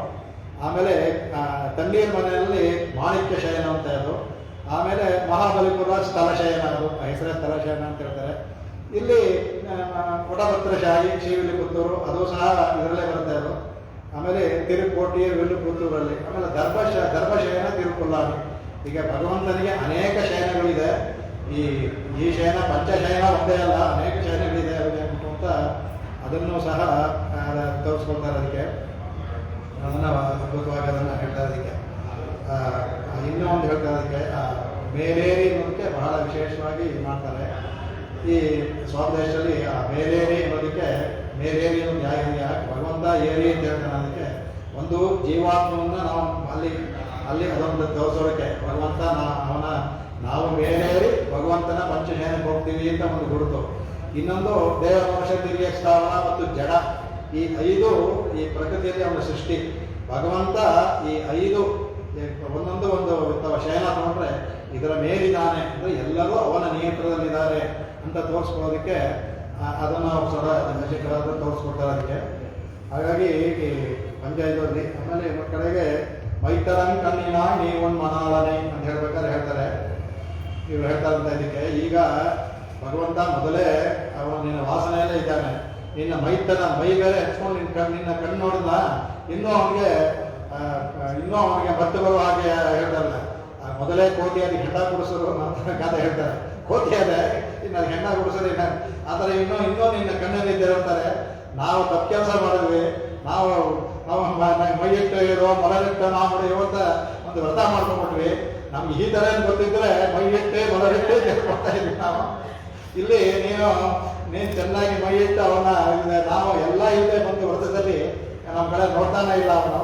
ಅದರಿಂದ ನಿನ್ನ ಅಂಜನವನ್ನು ತೆಗೀನ ಮೊದಲು ನಾವು ವ್ರತದಲ್ಲಿ ಮೈಯಿಟ್ಟು ಹೇಳೋದು ಮೊದಲಿಟ್ಟು ನಾವು ನೀನು ಹೂವು ತಪ್ಕೊಂಡಿದೀಯಾ, ಮೈ ಬೇರೆ ಇಟ್ಕೊಂಡಿದೀಯಾ, ಅವನು ಹೇಗೆ ನಮ್ಮ ಕಡೆ ಬರ್ತಾನೆ.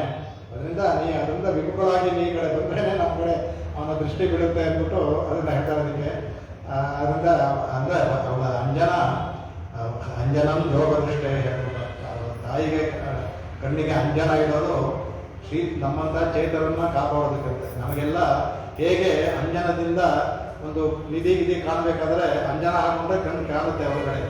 ಹಾಗೆ ತಾಯಿ ಅಂಜನ ಹಾಕೊಂಡಾಗ ನಮಗೆ ಭಗವಂತನ ಸ್ವರೂಪ ಅಲ್ಲಿ ಹೋಗೋದು ನಮಗೆ ಗೊತ್ತಾಗುತ್ತೆ.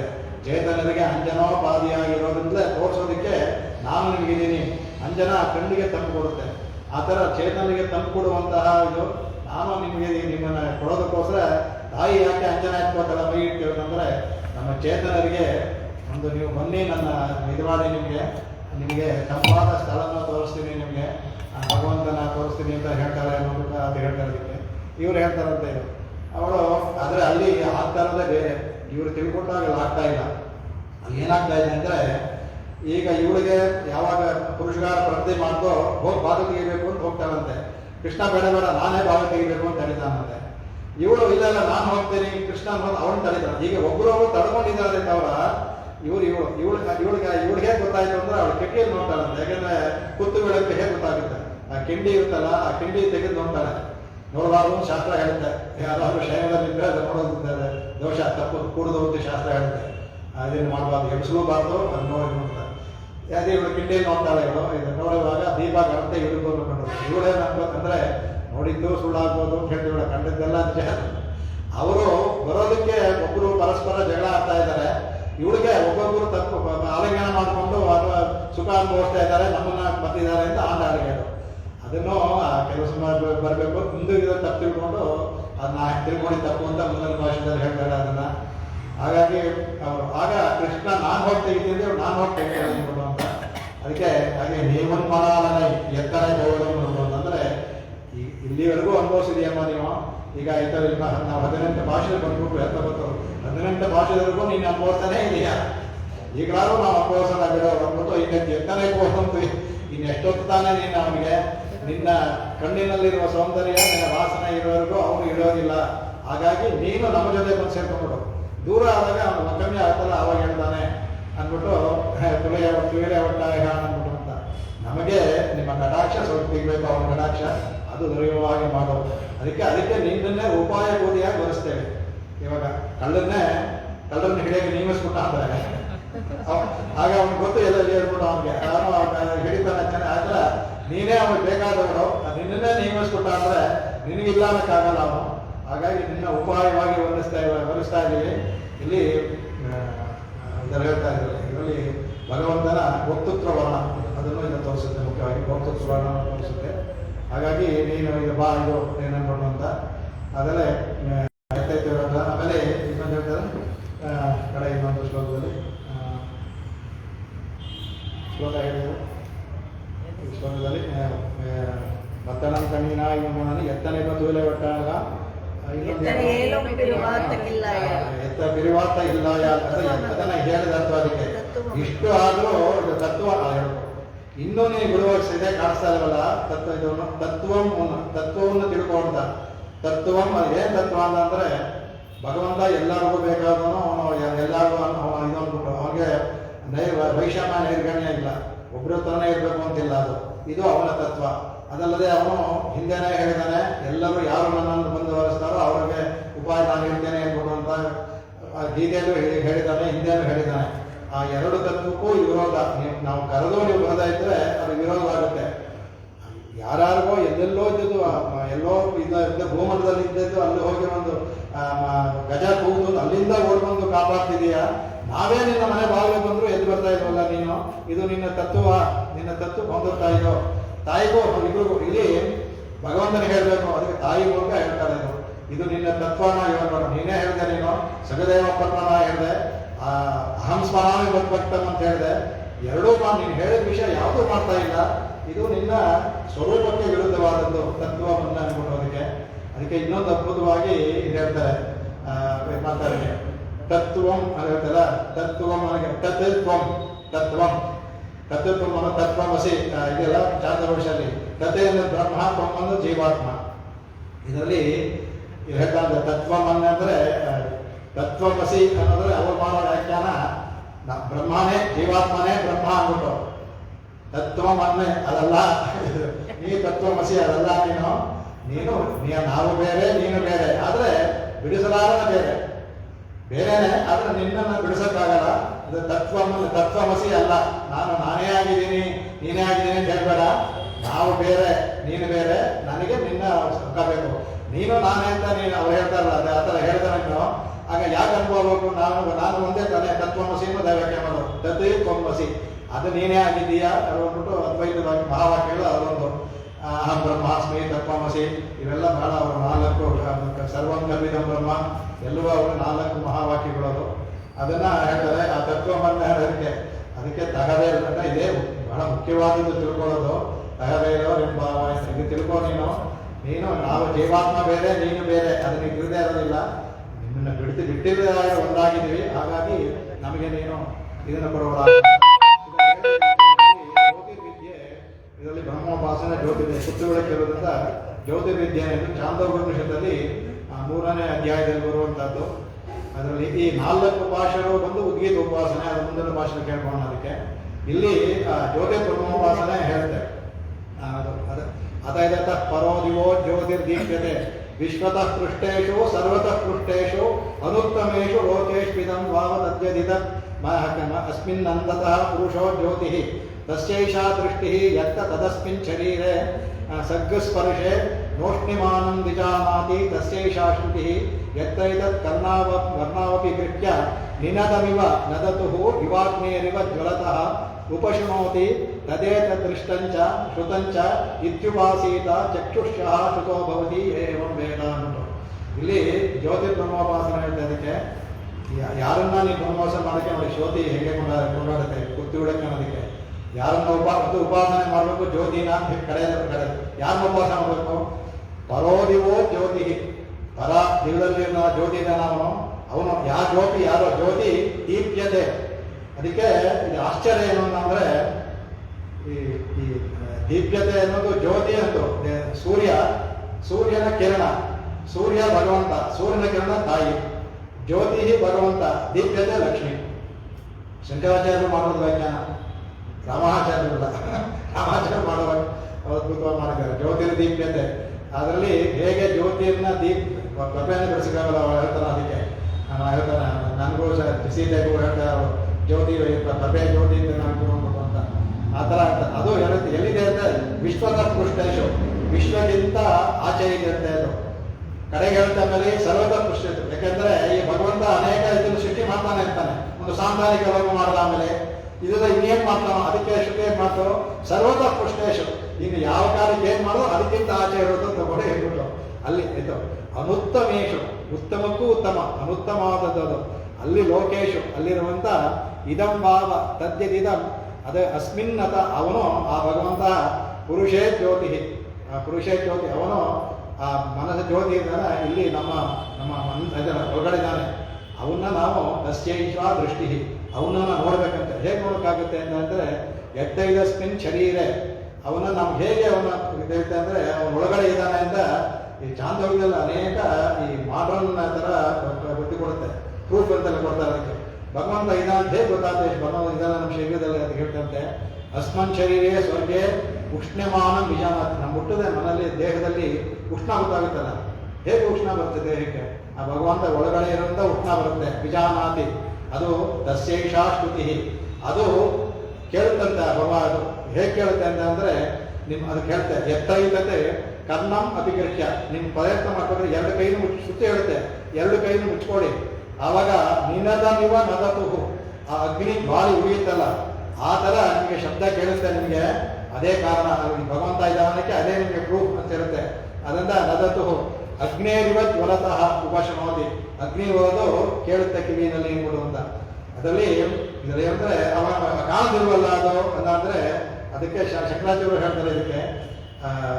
ಲಕ್ಷಣಾರ್ಥದಲ್ಲಿ ಹೋಗ್ಬೇಕು ಲಕ್ಷಣಾರ್ಥದಲ್ಲಿ ಹೇಳಿದೆ ಶ್ರುತಿ ಮೈನಲ್ಲಿ ಬಿಸಿ ಇದೆ ಅಂದ್ರೆ ಒಳಗಡೆ ಬಿಸಿ ಇರಬೇಕು ಒಳಗಡೆ ಬಿಸಿ ಜ್ಯೋತಿ ಇರಬೇಕು ಅದು ಹೇಗೆ ಧೂಮದಿಂದ ಅಗ್ನಿ ತಿಳ್ಕೊಳ್ತಿರೋ ಈ ಉಷ್ಣದಿಂದ ಭಗವಂತ ಇದ್ದಾನೆ ಒಳಗಡೆ ತಿಳ್ಕೊಳ್ಳಿ ಅಂತ ವ್ಯಾಖ್ಯಾನ ಮಾಡಿದ್ದಾರೆ ಆ ಥರ ಲಕ್ಷಣ ದೃಷ್ಟಿಯಿಂದ ಅಗ್ನಿ ಅಂತ ಅದನ್ನ ನೀವು ತದ್ದೃಷ್ಟಂ ಅದನ್ನ ಒಳಗಡೆ ನೋಡ್ಬೇಕಂತೆ ಉಷ್ಣ ಇರೋದ್ರಿಂದ ಅಂತ ಇದರಲ್ಲಿ ವೈಶ್ವಾನರ ಇರೋದ್ರಿಂದ ಉಷ್ಣ ಇರೋದ್ರಿಂದ ಭಗವಂತ ಇದ್ದಾನೆ ಅಂತ ಮನಸ್ಸಲ್ಲಿ ನೋಡ್ಬೇಕಂತೆ ಆ ಥರ ಉಪಾಸನೆ ಮಾಡಿದ್ರೆ ಅವಾಗ ಅವರು ಚಕ್ಷುಷಃ ಶುಭೋ ನಿಜವಾಗಿ ಕಂಡುಬರ್ತಾನಂತೆ ಚಕ್ಷುಷುತಾಭವತಿ ಏನ ಅಂತ ಈ ಜ್ಯೋತಿ ಬ್ರಹ್ಮೋಪಾಸನೆಯನ್ನ ಇಲ್ಲಿ ಕುರ್ತುಬೆಳಕೆರೆಯ ಕುರ್ತುಬೆಳಕೆರೆ ಬೇಕಾದ್ರೆ ಆ ಥರ ಭಗವಂತ ಅದ್ಭುತವಾಗಿ ಹೊಂದುತ್ತೆ ಈ ಉಪಾಸನೆ ಮಾತ್ರ ಇದಕ್ಕೆ ನಾಳೆ ಶತಮಕಮಣಿ ನೀಲ ಸಿಂಧು